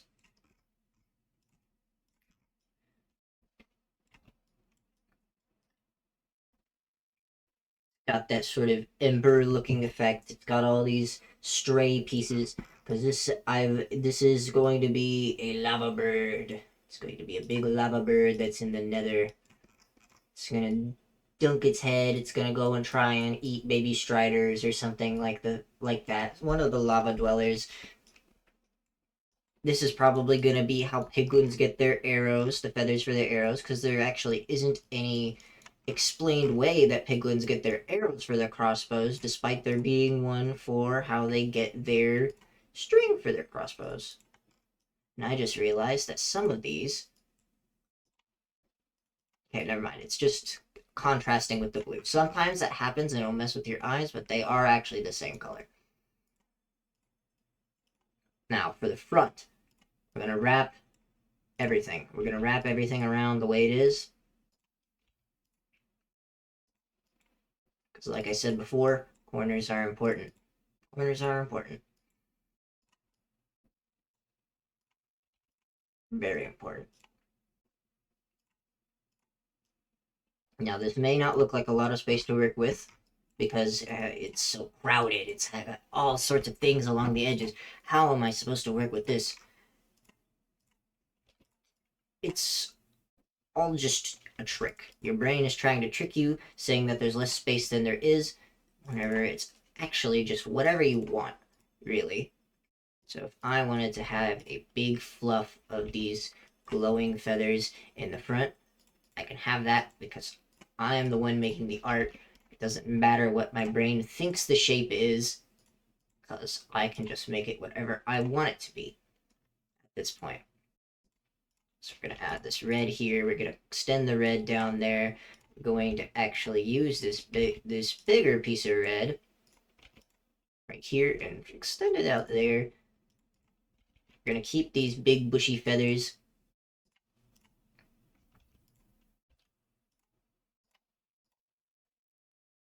Going to do that by adding this little yellow piece above this shiny yellow piece.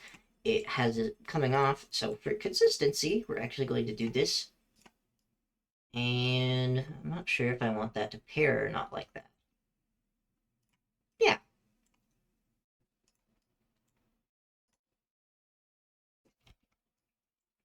It's okay to have two very contrasting colors right next to each other as well, because that's a trap I fell into a lot whenever I first started. Everything had to be gradual, otherwise it looked weird. It doesn't look weird. It fits. If you think it fits, it probably fits. There's no official style guide for Minecraft. As long as it doesn't look completely out of place or just like wrong, just completely buzzer wrong, it works. Your brain is just telling you otherwise because it likes to be dumb. You gotta get past that point for it to really start working for you. There we go. Now the front is... Actually, we're going to add a crown of yellow feathers here and do something like this. Now the front is done. I'm very tempted to start... Yeah, since this is a lava creature, I'm going to start adding highlights. Since they're going to glow anyway. At these double points, gonna add highlights. There we go. There we go. Very nice. I'm actually gonna fix this by adding a... No. Fix that by adding a highlight there. It's connected to that diagonal one. Perfect. Now on the bottom. The bottom is both the hardest and easiest thing to do because it's the most crowded, but it's also the easiest part of the body to work with on a creature. Because you don't have to do much. Like I said with the head, it's the place people look the least. You still want it to be consistent, but it's not gonna have it's not gonna draw as much attention as the other pieces. So we have this shape to work with. So we're just gonna fill it out, not fill it in. So get an odd shape that's bigger at the back, shorter at the front, and fill it out from the middle while still keeping feather shapes into the design. Add little pokies that go out everywhere. And then really get a deep color like this red in there. Try not to make matching shapes. Lines are kind of fine, especially for a lizard, but for a bird, you're gonna want to try to avoid them. And then this is gonna be a place where we use a lot of this orange. And then add the lighter colors here.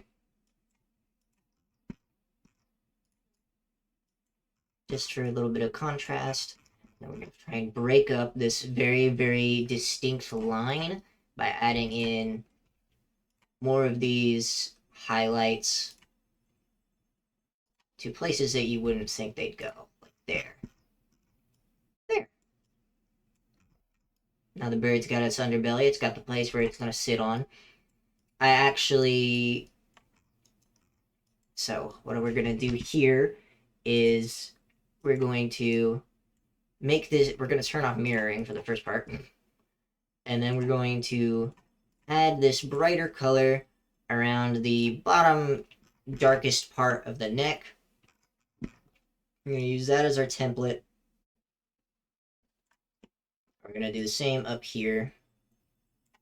Plan is we're going to make this piece glow.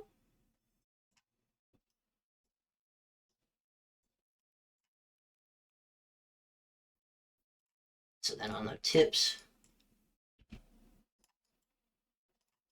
just the tips, we're going to go back one. Oh. I'm going to add these white highlights right along here. Make it kind of look like glowstone in a way. We're going to extend some of these up. Some of them don't need extending, so we're just not going to mess with it. And then we're going to...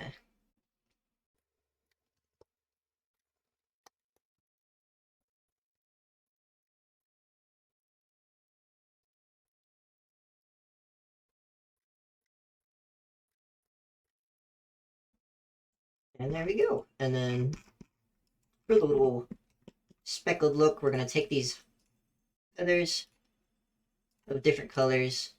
We're just going to not worry about having them wrap around corners. We're just going to place them along here. Try and get them in a way that works. I'm going to try and have two on each side, at least. That way, there's some natural contrast to the feathers. There we go. We got our main bird. Now we just gotta do the feet. And I think the feet are gonna be the same burned color as the like neck piece. Actually, I'm kind of bothered by this little divot here, so I'm just gonna fill this in. And you know what? Yeah, let's add a glow here.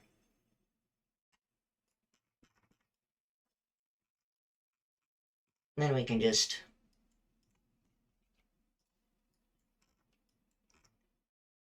gray it out, I guess. Apologies if I sound sick. I haven't had water in a little bit. I probably should get some, but I'm in the middle of making a tutorial.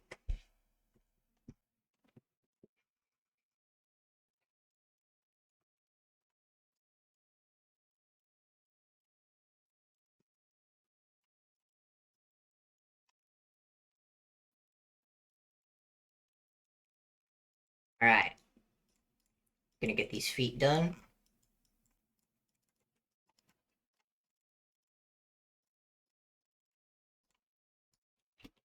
Now, we're not going to use the very lightest color because we don't really need to. There's nowhere super duper bright to go here because it's underneath the main body. And then we're going to make the toes the darkest color, except for these front ones. No, how does it look? Yeah, we'll keep it like that. We'll make the dark ones, the front ones darkest. Then we're gonna... That's not what I selected. That's not what I wanted either. And we just make them continue up the legs.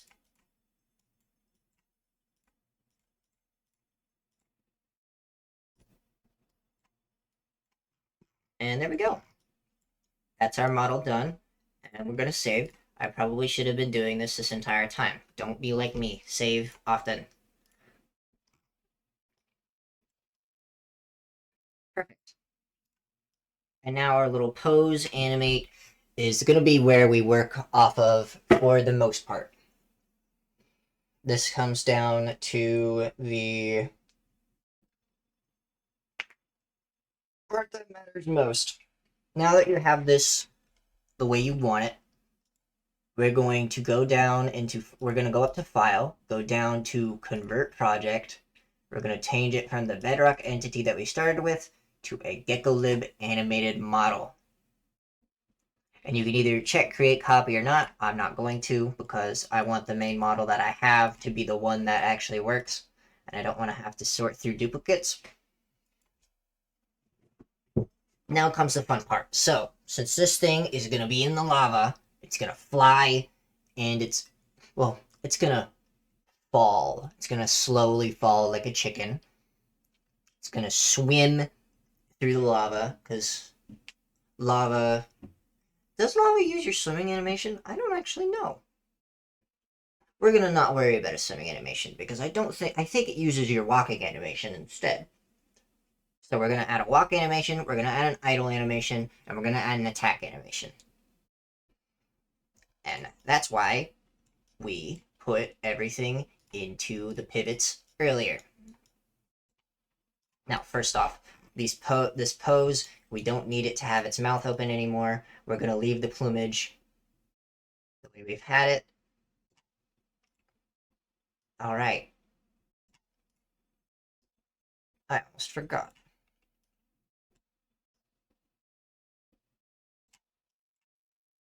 One moment. That's why these are all weird.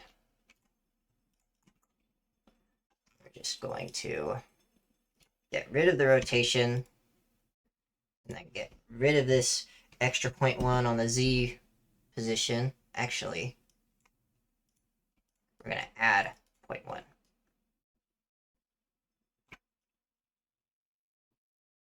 We're going to move everything back one because they were being odd.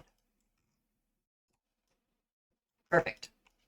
Now everything's working. We're going to duplicate pose. We're going to double click it and we're going to rename it to idle. We're going to set it to loop and then just hit confirm. Now, this is going to be the pose the bird makes whenever it's like on land and not doing anything. So we don't need it to be super duper fancy because Minecraft animals stay still for the most part whenever they're not moving. So we're going to use rotation and position for the first, to set it up for the first bit. We're going to set this to 90 degrees. I know it doesn't say that, but it says it on the keyframe rotation, which is what you really need to pay attention to. We're going to rotate it back, and then we're going to rotate this front piece like this. See how it's coming apart? That's not what we want, but it's what we have to deal with. So what we're going to do is we're going to move it forward. We're going to actually set this to local. We're going to move this there, there, and we're just going to have this one gap. Because that's a lot less noticeable than having the entire wing come off at a 90-degree angle. Okay, what was the rotation of that? 20. Okay, and this 90 degrees again.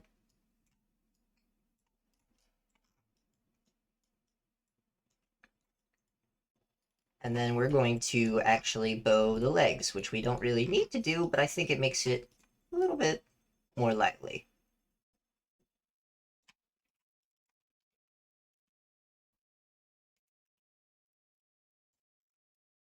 There. This is it. This is the entire idle animation that you need to put in Minecraft, because this is style consistent. Having your thing just not move at all is style consistent for Minecraft. This is what animals do. There's the only thing that really has an idle animation that's different is the warden. The frog may come to your mind as well, but the frog actually uses a system called...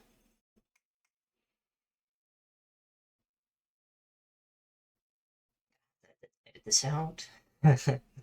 The frog uses an animation system separate to the idle animation to do its riveting and everything else.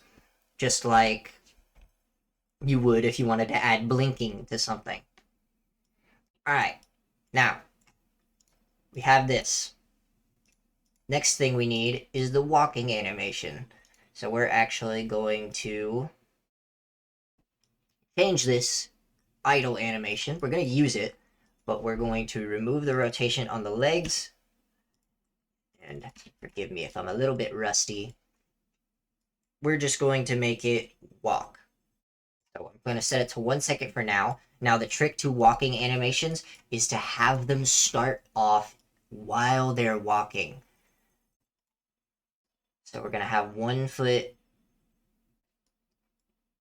stepping off the back. So if you would get up out of your chair or wherever you're sitting and walk forward, whenever you place your first foot forward,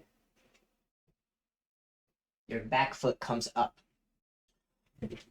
So, chickens, kind of the same way, unless you want them hopping around.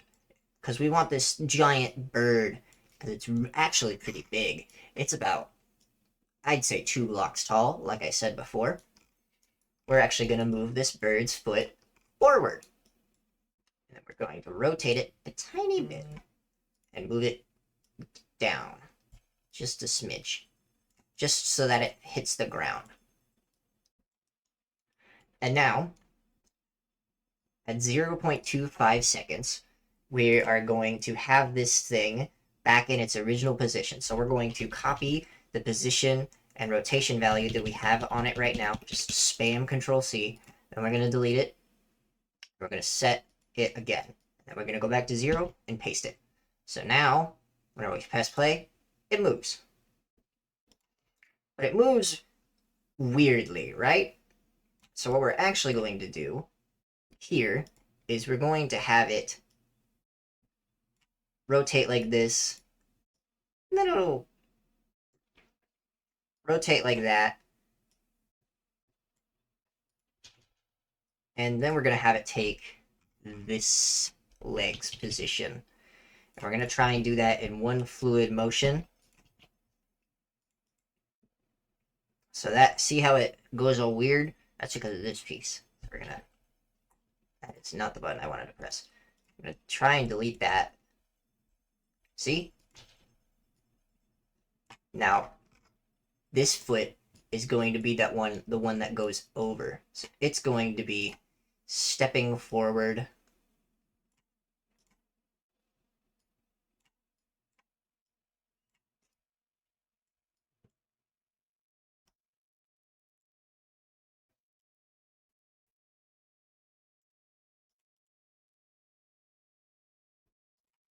Whenever we have it move. But we don't want it to just swing forward. That doesn't make much sense. It may be accurate how to have Minecraft chickens walk, but that's kind of boring. So we're going to bring it up, have it rotate upwards a bit more, and step. See? Already looks a lot better. And because we like this position so much, we're actually going to take this and make this the starting point instead of these. So we're going to get rid of these, delete, and have it start like this. Styling on you. And now comes the easy part, because this already comes back to the same direction. We just take the right leg's animation here,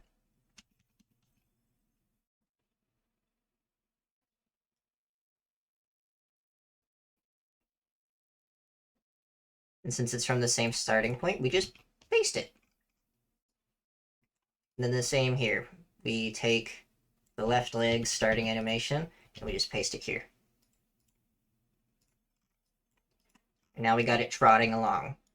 And now, since I do want a bit more motion than actual Minecraft, so what we're doing here is we're going to add weight to what the body does. So, since the body is the main root, we're going to add a second bone in here called torso. Torso, here's how you do it. Body works with the skeleton. This connects everything. So if you want to flip it around, you want to make it spin, you mess with the body. The torso only messes with the actual body block. So if you're making something and you want it to thump against the ground, then you mess with the body, you center its pivot, and then you look into the ground whenever it hits the ground. So we're going to have it move by 0.5 downwards whenever he takes a step, and we're just going to have that alternate for now. Already got some weight to it, but it can be better. So now we're going to have it match to the foot that's stepping. So since this one's about to step, I'm going to have it rotate up this way, and then we're going to have it go down this way. Actually,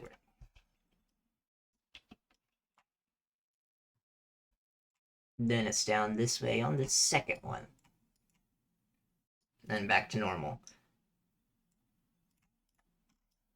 Now it's got that strut to it. And now we're actually going to take the wings and put them under the torso, and they're the only thing that's going to go under the torso. That way, they walk with the torso. Now, the neck, we're going to have it do the same thing that the body's doing. So whenever it's still, and whenever it moves, I'm going to have it rotate a little bit.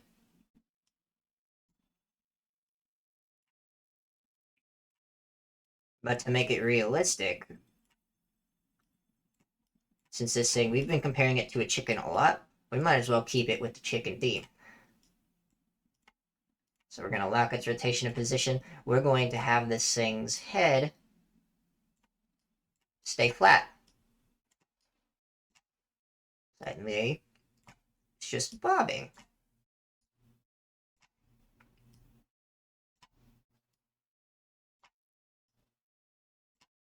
It's the neck moving and not its head. In fact, We could even have the neck crane back in its normal position. And then the head look forward.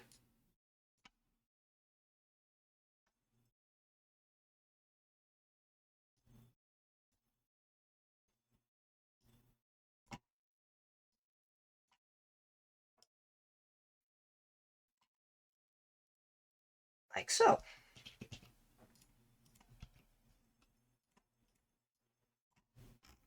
See how it's got that little bob forward now?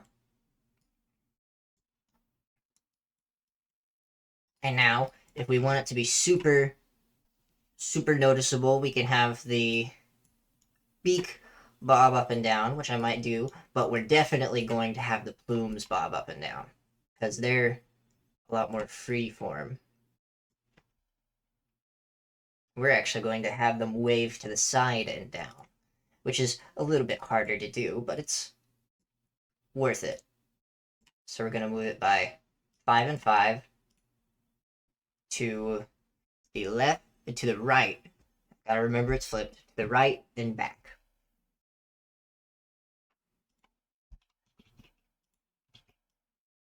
Then we're gonna do it.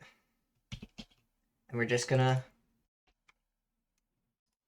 reverse these two keyframes. We're gonna reverse Y, and we're gonna reverse Z on the second one. Then we're just gonna copy paste all of this for the other two.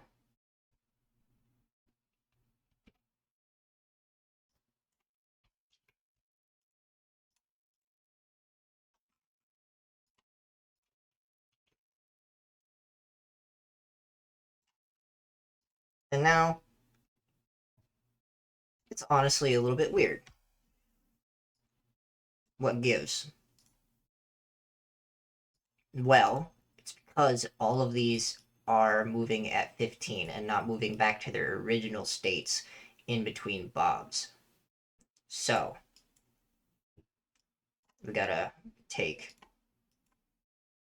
plume 2, which is the middle, delete this piece, plume 3, delete this piece, and then we're actually gonna go steal these from the pose. Also, while I'm looking at it, rename this to walk.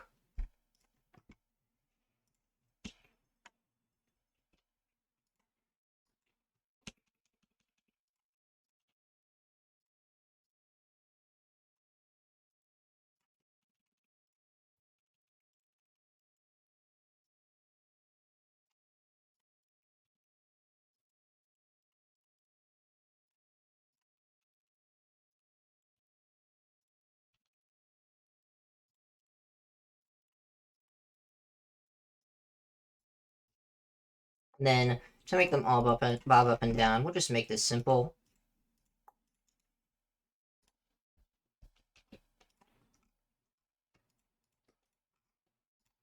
We'll take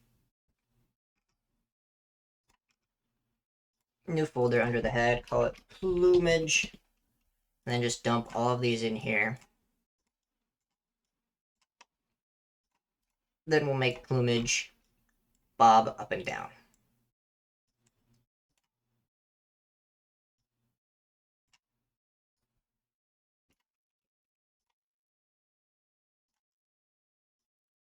Sometimes pivot tool doesn't like it whenever you are trying to find a center pivot for whenever there's multiple folders, but it'll get over it.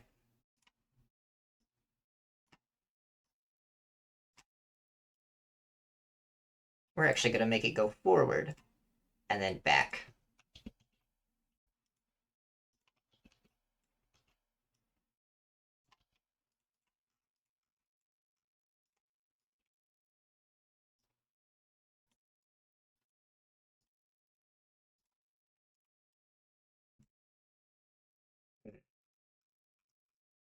Maybe we just leave it on the plumage.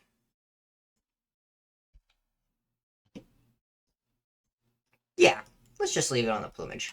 A lot of unnecessary work, but sometimes that's just how it goes.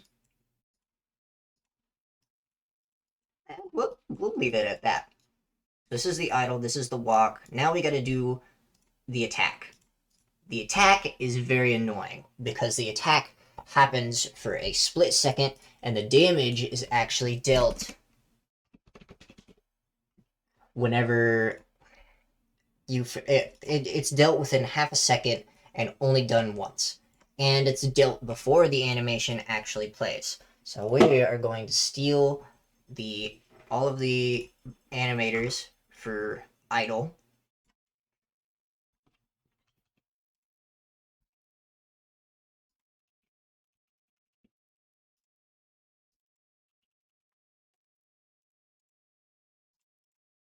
Being annoying, but happens. Sometimes copying and pasting in this can be very, very finicky. There we go. Got it to work.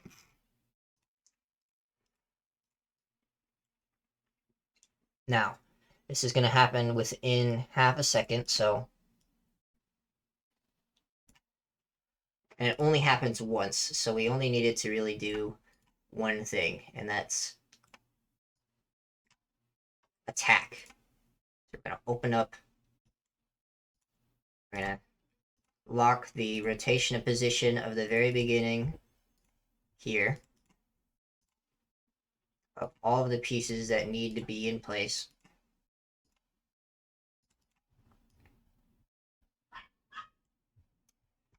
And then we're going to just flare everything out. It's going to be really bad.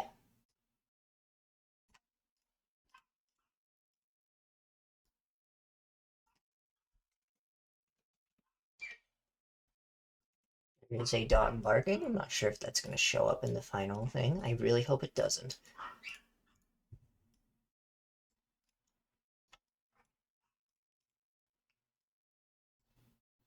Then we're going to open up its mouth. We're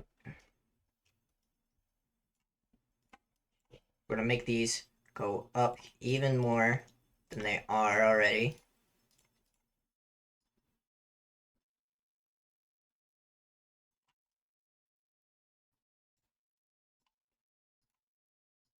And we're going to open up all these mouths.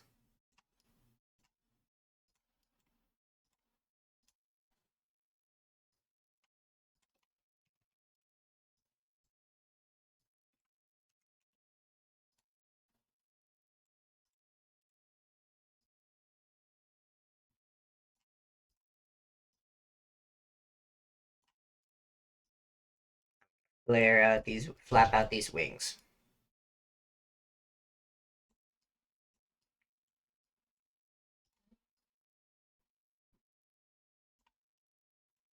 The way to do this is by rotating them up on the y-axis, re-extending this little piece here by putting it back to 0,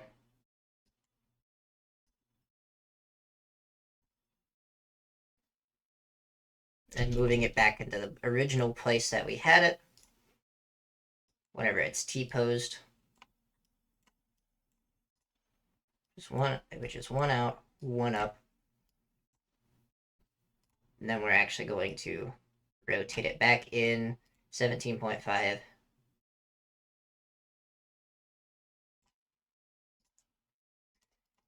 And push it 0.5 closer. And then do 7.5 on the z-axis.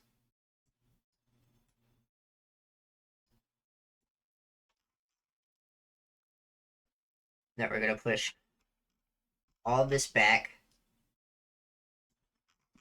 And we're just going to copy this and paste it.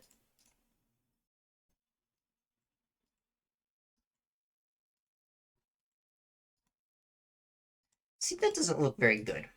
I dislike it. So but it's fast enough. So what it needs is to be more exaggerated. So we just turn everything up to 11.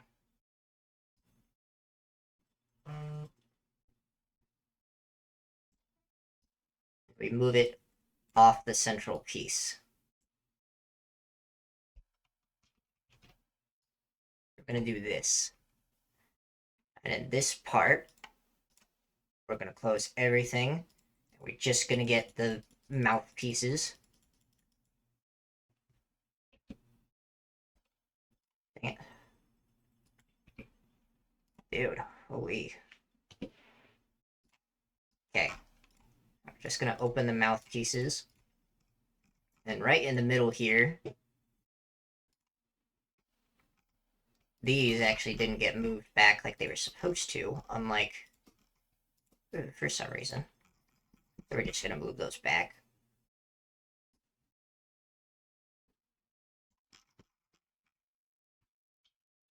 So it didn't get copy pasted.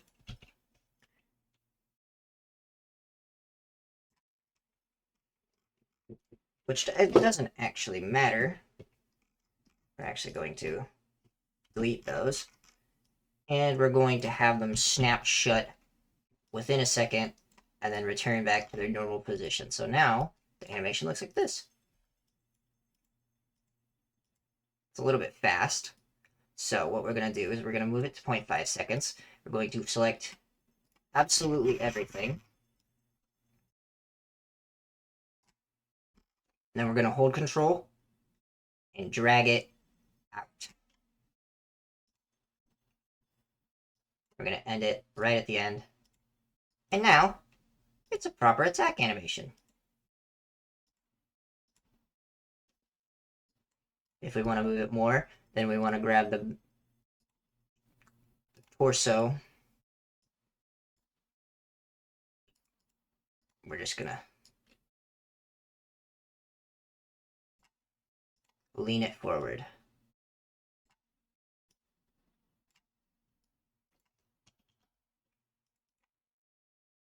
And for the legs, we're just going to have them counteract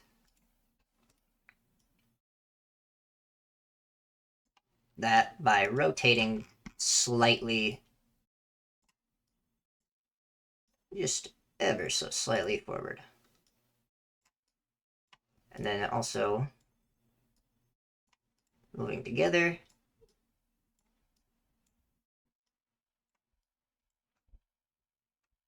And down.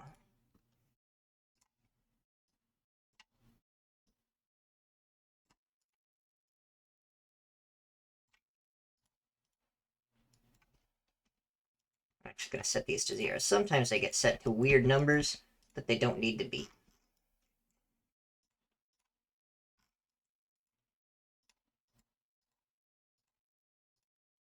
Yep. And there we go. That's about all we need. Except for maybe a falling animation, but yeah, you know what? We'll do a falling animation really fast. So all we need to do is rename pose, fall, set it to loop, and then just like with walking, we're going to settle these and then have it be in the process of flapping its wings.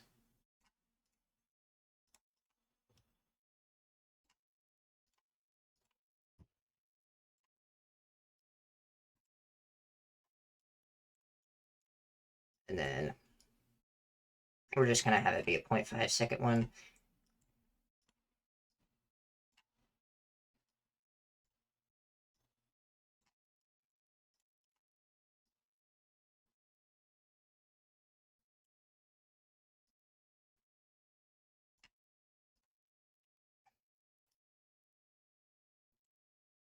About 0.5.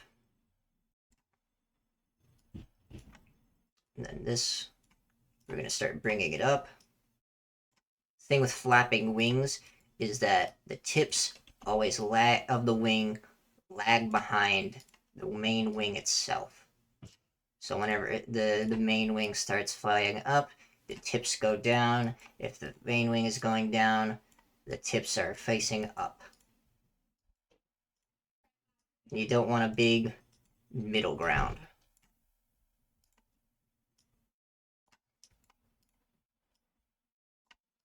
And then whenever they reach their apex, flip them again.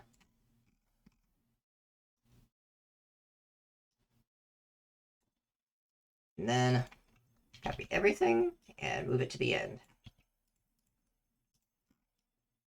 Perfect. Perfectly goofy.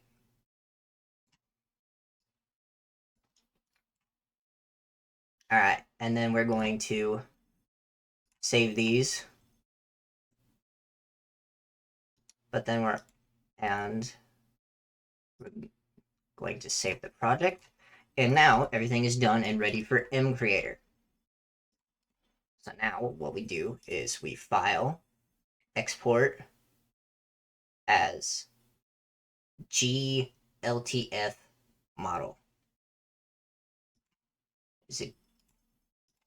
Actually, it's being weird. I do not know why it is being so odd. Yeah, export gigalib model. Here it is. We get limber.geo. And then we have to export all of our animations as JSON. Yeah, actually, well, yeah, this works. Or at least it should. Here it is. Export animations, number.animation. Okay, it's the same thing. Alright, now we're done with Blockbench. Well, yep, it's saved. We're done with Blockbench. And we can open up mCreator. I am making this mod for 1.19 for reasons of a different project later that I have not started. Let's just start a new workspace.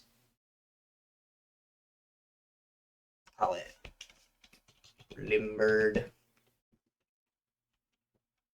mod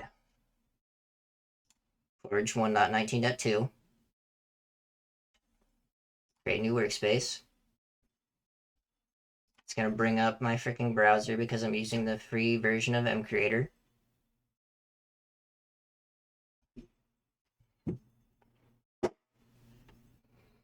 And then we wait for it to set up. And I'm going to tell you how to set up your mCreator workspace, just like we did with LibreSprite and with Blockbench.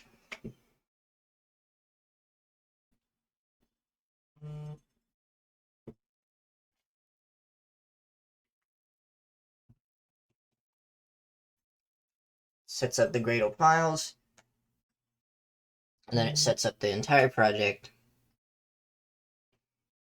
And now, since it's going to take a bit, let me tell you about mCreator itself. mCreator is a very, very user-friendly but bare-bones interface for making Minecraft mods. I would recommend, if you can find a tutorial somewhere, coding it yourself. Because mCreator does not allow you to write custom code or edit things about the base Minecraft for some sort of legal reason. So you can add recipes, but you can't change a cow to give it new behaviors. You can't make a fish like swim in lava. You can't make lava have oxygen in it for specific mobs that you would want to live in lava. Things like that. And it's very hard to replicate things like water, where, you know, things would breathe a different liquid. You can make different liquids, but it would be hard for it to make something live in it. It's missing a lot of features, is what I'm saying. But if you're just adding the basics, it's good enough for you. You can always find workarounds. There may be a few bugs, but for the most part, it works fine. Okay, and once it finishes uploading here, I can tell you about the one thing that we need to add.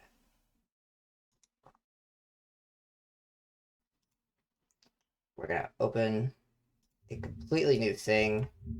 Don't know why it completely just ignored me saying open a new window. Go to mCreator plugins, explore plugins, We're going to go down to the mcreator version that I have, which I think is 1.3.1, 23.1. I'm going to go for Nerdy's Gecolib. This is the Gecolib plugin that makes it work with mcreator. Yada, yada, yada. Here are the things that we need to use. mcreator 23.1. And we're going to want to use the most up-to-date version for ours, which is 4.7.2. Then it should start downloading. Now we just have to wait for mcreator itself to finally stop setting up. And then we're going to have to wait for it to set up again with the plugin installed. Because mcreator loves to jump the gun and then go back and fix things and then jump the gun again. It's one of my main complaints about it, that you can't preload plugins before starting a workspace.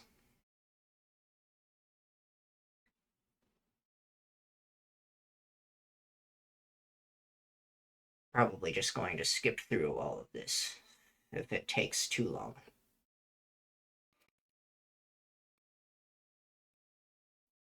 Alright.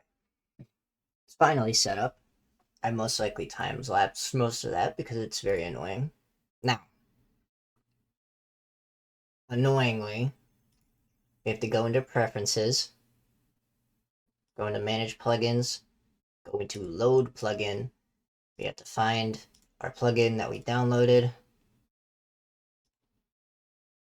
save it, and then if we go into it again, Manage Plugins, we can't select it. We have to enable Java plugins, but we can't turn any of these on. And that's because we have to close out of this again, go in here, remind me later. You have to go into Preferences on the main page instead of inside of the actual work environment. And now it's fully loaded because we reloaded mcreator. We're going to open this again, and now we have the Gecolib tab. Now is whenever we start importing things. So we have to import Gecolib model, go to wherever you have it saved, open it, and then it'll open up a second thing. This is whenever you open the animation.json file. And now we go to animated entity, not living entity. We name it Limbird. We create a new animated entity. And then this pops up. Attempting to create a Gecolib element, but it's not enabled in workspace settings. So we gotta go all the way back to workspace settings, external APIs, Gecolib. And then we gotta wait for it to refactor the workspace, because for some reason, this thing can't just load the plugins that you have on the workspace, even if it's literally the only workspace you've got. So now you gotta wait for it to refactor the entire thing again. It won't take too much longer than the first one, because the first one had to get a copy of Minecraft for you to play test your mod on, but it still takes a bit.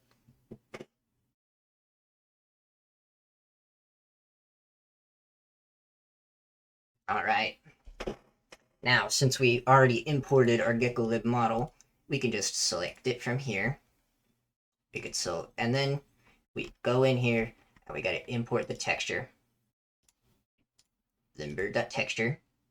And then here is the glow texture. This is the emissives. So what we're gonna do now is we're going to go to Resources, Textures. We're gonna duplicate selected and set it to Entity. And set it to Limbird emissive texture.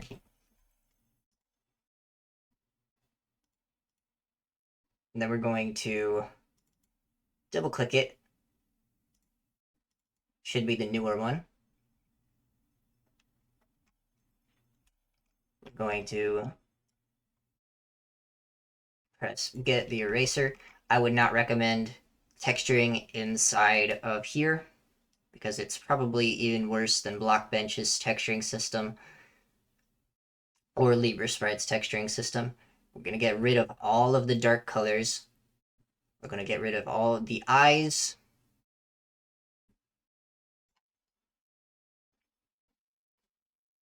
We're going to leave the feathers, and then we're going to get rid of anything lower than the mid-tone orange that we have been using. We're going to keep this orange, the yellow, and then the highlight white. And that's it in this texture. Because this is the emissives texture. So this is what's going to be like the Enderman's eyes or the glow squid's entire body, where it will be bright no matter where it is.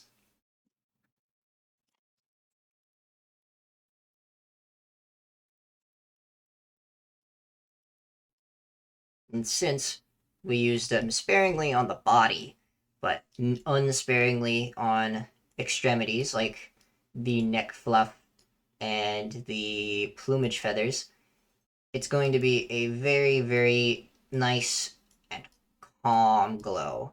It's going to be spotty, which is what we want. We want it to be spotty, flashy, and non-overwhelming for the player.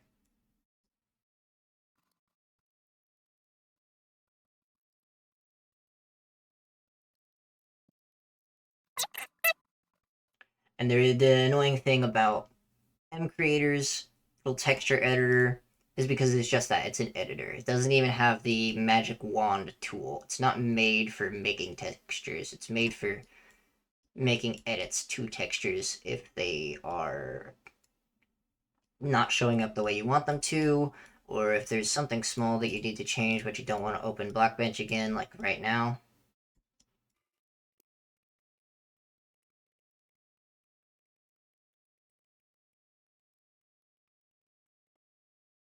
Alright. One last thing. Now that the emissive texture is done, we save it, save it, close out of it, go back into Limburd, and now we can select the emissive texture for it. And now, here's where it gets all complicated. I'm going to tell you what each of these does. Name of entity, Limburd. This is what the spawn egg is going to be named. This is what the entity tag is going to be named. This is it. Visual scale, this is like, and bounding box scale. You want to have these to fixed.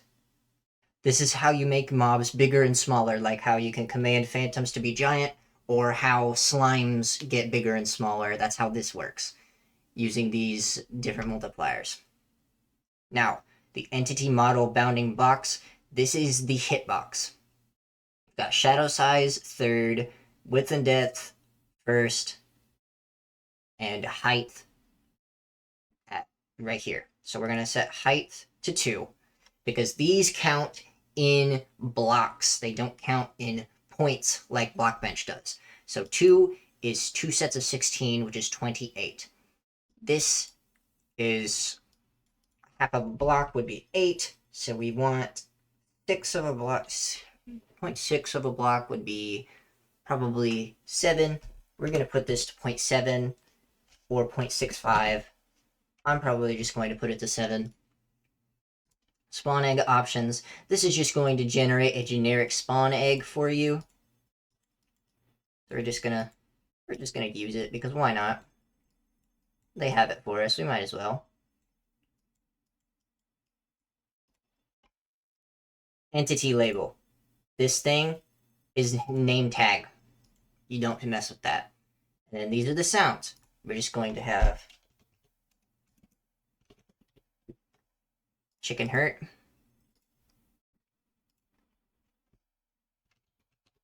chicken death, living sound. We're gonna use what would be a good living sound for it? Something like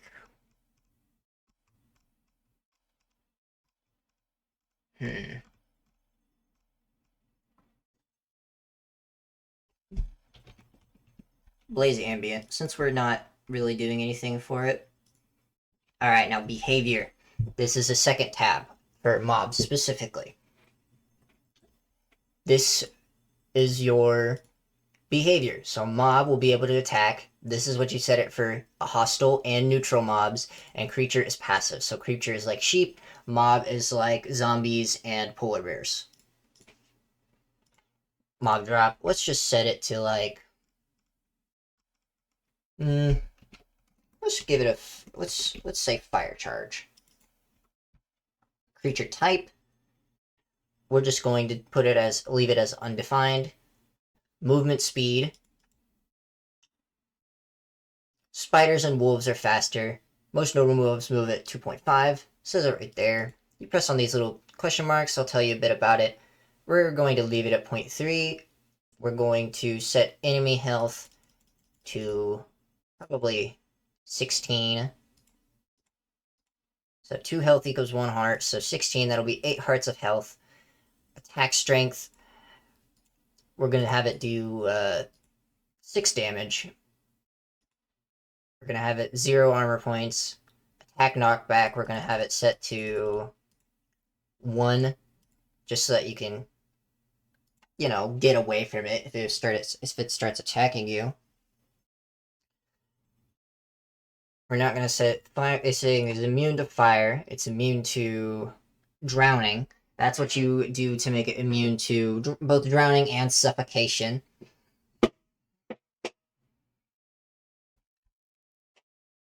And then we're not going to put anything writable. We're not going to mess with equipment. We're going to go on to the next page. Inventory. This thing doesn't have inventory, so we don't have to worry about it. Now, triggers. When this thing is struck by lightning, when this thing falls, when it dies, when it's hurt, when it's right-clicked, when it kills another creature, when player collides with it, entity tick update, which is just used for a whole bunch of different things. We're going to give it a passive whenever it's struck by lightning and whenever it falls. So I'm going to open procedure. Whenever it is struck by lightning, all of these huge mess. I can't even begin to explain it. It's labeled correctly, but you just kind of have to learn where everything is on your own, because I just cannot. But for this one, we're going to do, whenever it is triggered, despawn target entity management. We're going to have it go down, and it's either, is it spawn or summon? I need to read all these. Can't really remember where it is.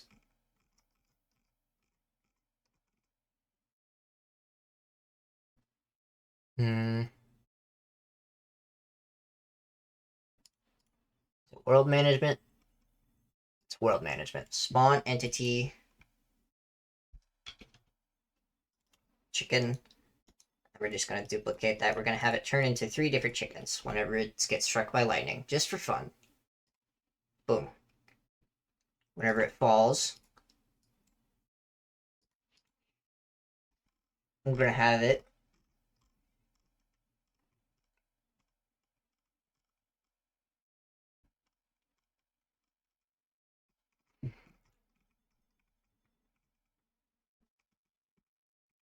go and add a potion effect that says remove, but we need add potion effect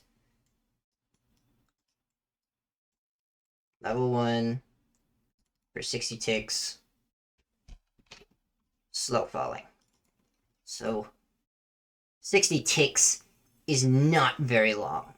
So we're going to want to set this to something like 2,000 ticks for it to actually be slow falling for however long it is. We're going to do we're actually going to do an if-then statement, which is, I think, in flow control. So we're going to do this. We're going to do if get block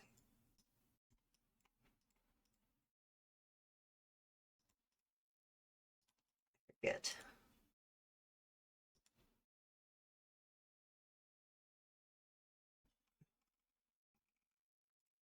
generated. Okay, now we can go procedure templates, check for a block below. That's not gonna work. See, this is why I don't recommend using mCreator, really. It just works, but it's annoying because you gotta deal with this block thing and it's not very well sorted, and sometimes it just doesn't have what you need. It's it is annoying.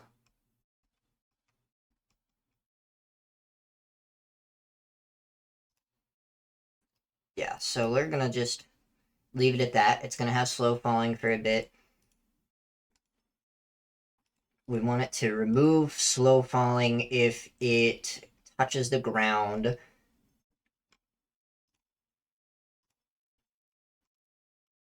Ideally, but you know.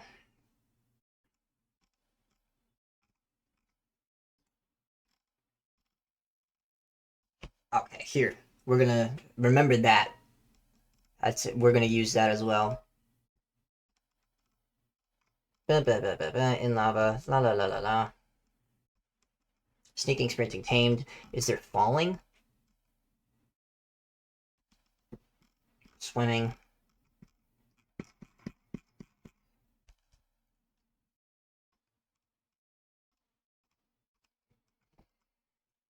On ground. Here it is. If event target entity is on ground, we go down here. Remove specific potion effect. Slow falling from event target entity. Now it'll fall like a chicken.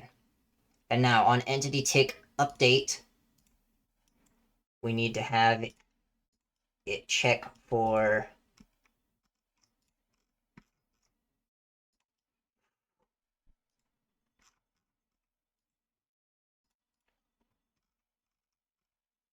water, rain, or bubble column.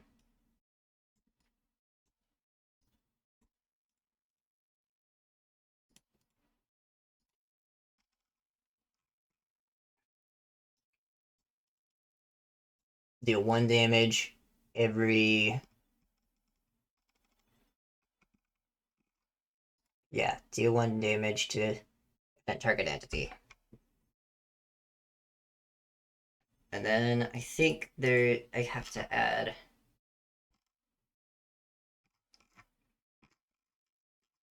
Is it return? I think it's return.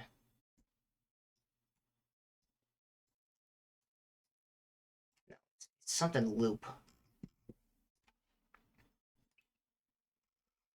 I'm already getting upset at this. This is about the only way that I know how to do it.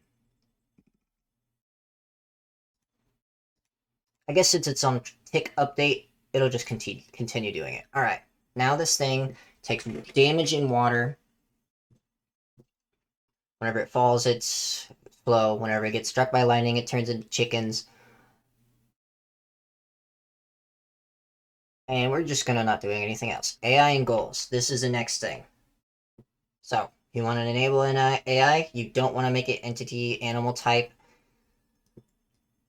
and don't use an entity base. So look around, turn off float in water, fight attacker mobs back,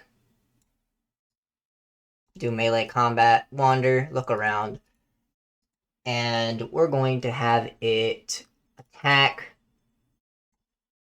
insight only, entities type,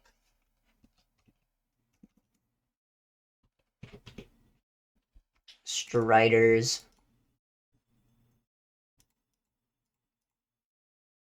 We're gonna have it float in water because I think it has to have that to swim in to swim in lava.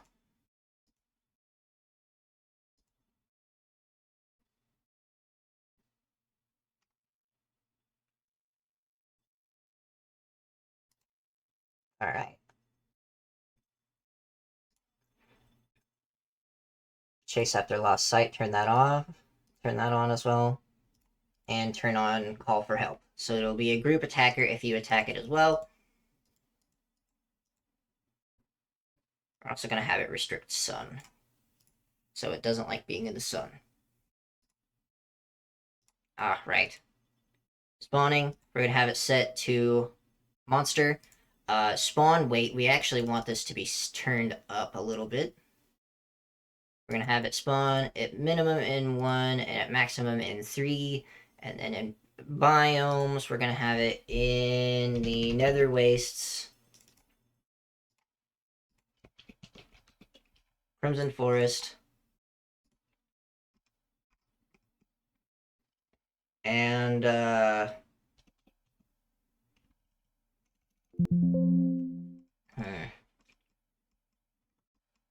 don't think lava is its own. Yeah, there's lava ocean isn't a biome anymore. So we're just gonna have it spawn in these two biomes. We're actually gonna add to its AI so that it'll attack hoglins and piglins as well.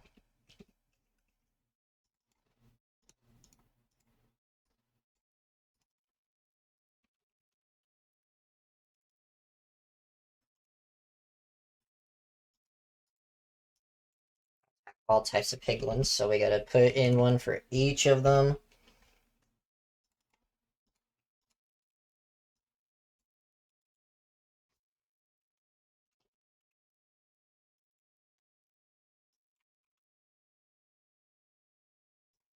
Now for animations.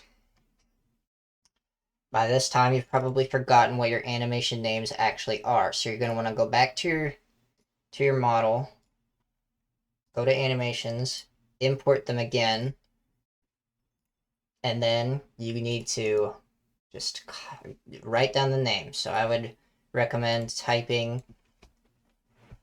animation dot limbird or whatever your mob is dot, and then just copying that part and pasting it wherever you need it to be.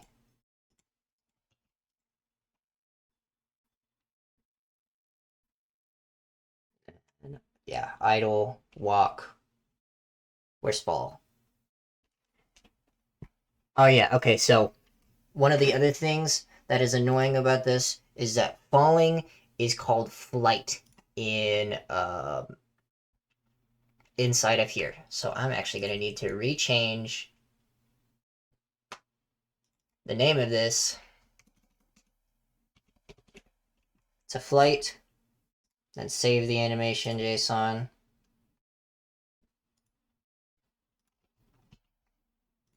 All right, and now we just type in all of them. So idle,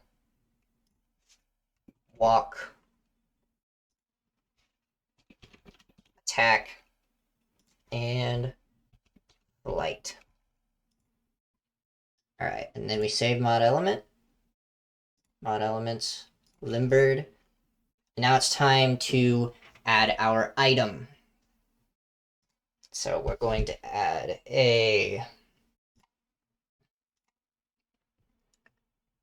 just add a normal item, or is it projectile? I think, okay. Shoots entities that act like projectiles.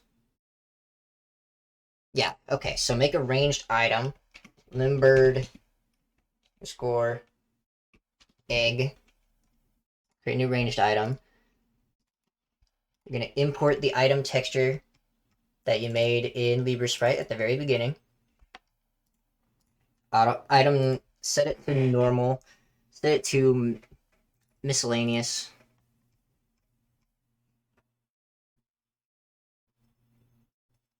So what you want to set the item animation to is block, because then that'll like move it as if it was being placed, but you really just want it to like throw.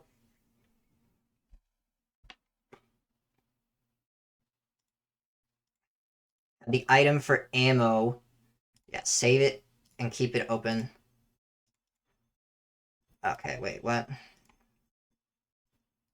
Okay, change the model texture to limbird egg. Item representing texture of projectile. Do the limbered egg again. You gotta get the texture for it first.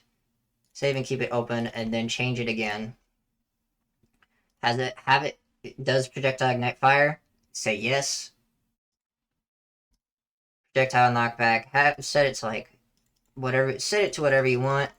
Turn down the projectile damage to 0, and set it to 1, and then have its ammo be itself.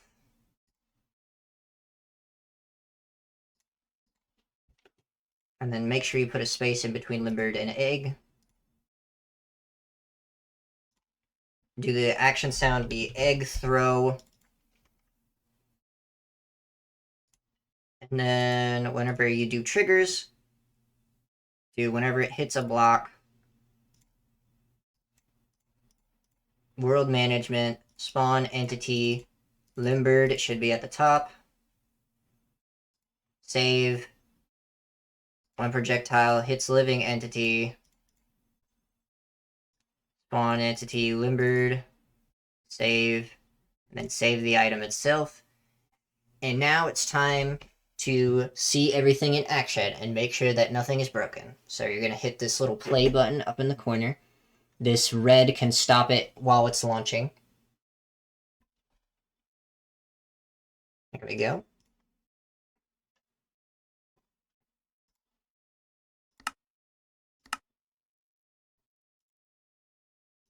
I'm going to allow that through. I'm going to go single player. Creative. Doesn't matter if you name the world or not. It's not going to be saved outside of this workspace.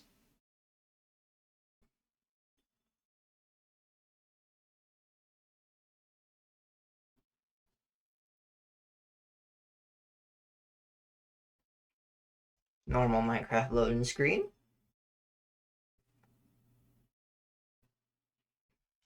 Spawned in a desert. We're gonna go look at our items. So we get the limbered and we get the limbered egg. Look at that. It's pretty loud and it spawned him in the ground. So we're gonna have to make some tweaks, but the item works. One sec. Game mode, survival. Does it take it from me whenever I throw it? No, it has durability. That's not good. See, this is why we bug test.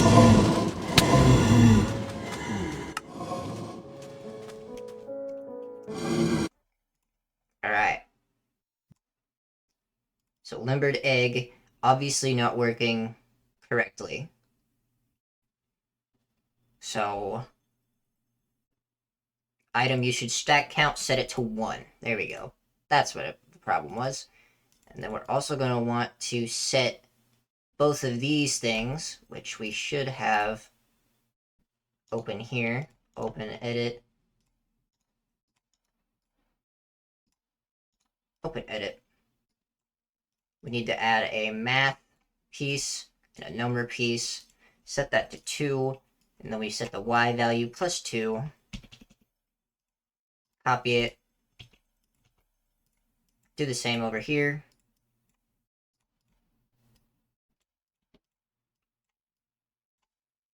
There we go. Now the egg should work. And all we have to test is that the actual creature spawns in the nether, which is one of the most finicky parts with working with mCreator, but since it's a non-modded biome, it should work just fine. It just might take a little bit for us to actually be able to see one because of spawning weight. Just say proceed. If it says experimental settings, it doesn't really matter because of course they're experimental, you're making it.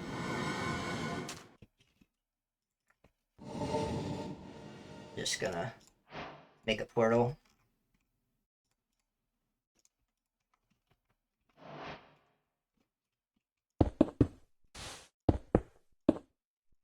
I would just recommend changing your controls in here to whatever you actually use whenever you play the game, because you're probably going to be testing in here a lot. Alright. Now we just gotta hope they spawn. There it is. They're already spawning. They're already fight goblins and everything else, they're probably spawning a little bit too much. But they work. And that's about the best thing that you could see is your things actually working properly. Let me just turn down their spawning. Let's do 12. So they're going to be a little bit rare. Now, we can hit this, the best button here, export mod for distribution. Export without donating because, well, if you want to donate, you can, but I am not in the position to do so. Just set it to whatever your mod name was. And once it exports, you're good to close the tab. And that's everything. I would recommend going back into Blockbench if you're going to upload this anywhere. Go into your idle tab and just getting like a picture of the face of the mob, which can be done by going into your toolbar, doing screenshot model, saving it to probably just like your downloads, and then uploading it to Modrinth or CurseForge or wherever you may best think is suited. Thank you for watching this video. I hope this helped some of you seeing the entire process in one go, if you're still here. And just leave a like. Thank you.